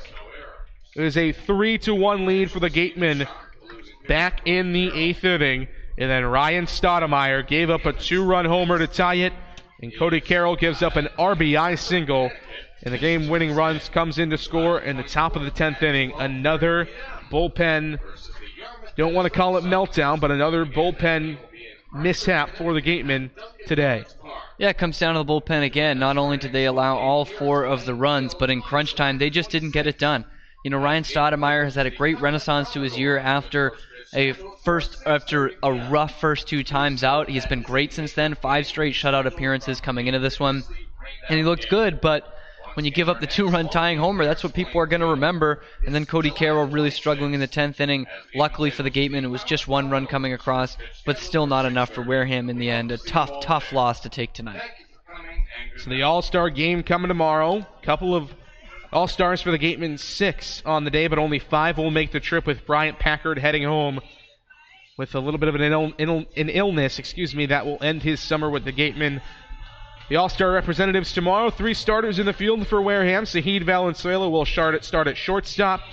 Jeremy Idens out in center, and at third base, Austin Shenton for the Gatemen, as well as Ryan Garcia and Easton Lucas for Wareham, heading out to White House Field tomorrow. The next game after that will be at Dunkin' Donuts Park in Hartford, a meeting with the YD Red Sox, who have become the most dominant team in the Cape League over the past couple of weeks. Yeah, YD, obviously good year in, year out, holding the best record in the Cape League right now, and they keep getting better. Every guy they've seemed to add this month has been just a diamond in the rough coming in for the Red Sox, and that is a really dangerous team going into the postseason in a couple weeks. So a crucial game, last meeting between these 2 teams coming up on Tuesday.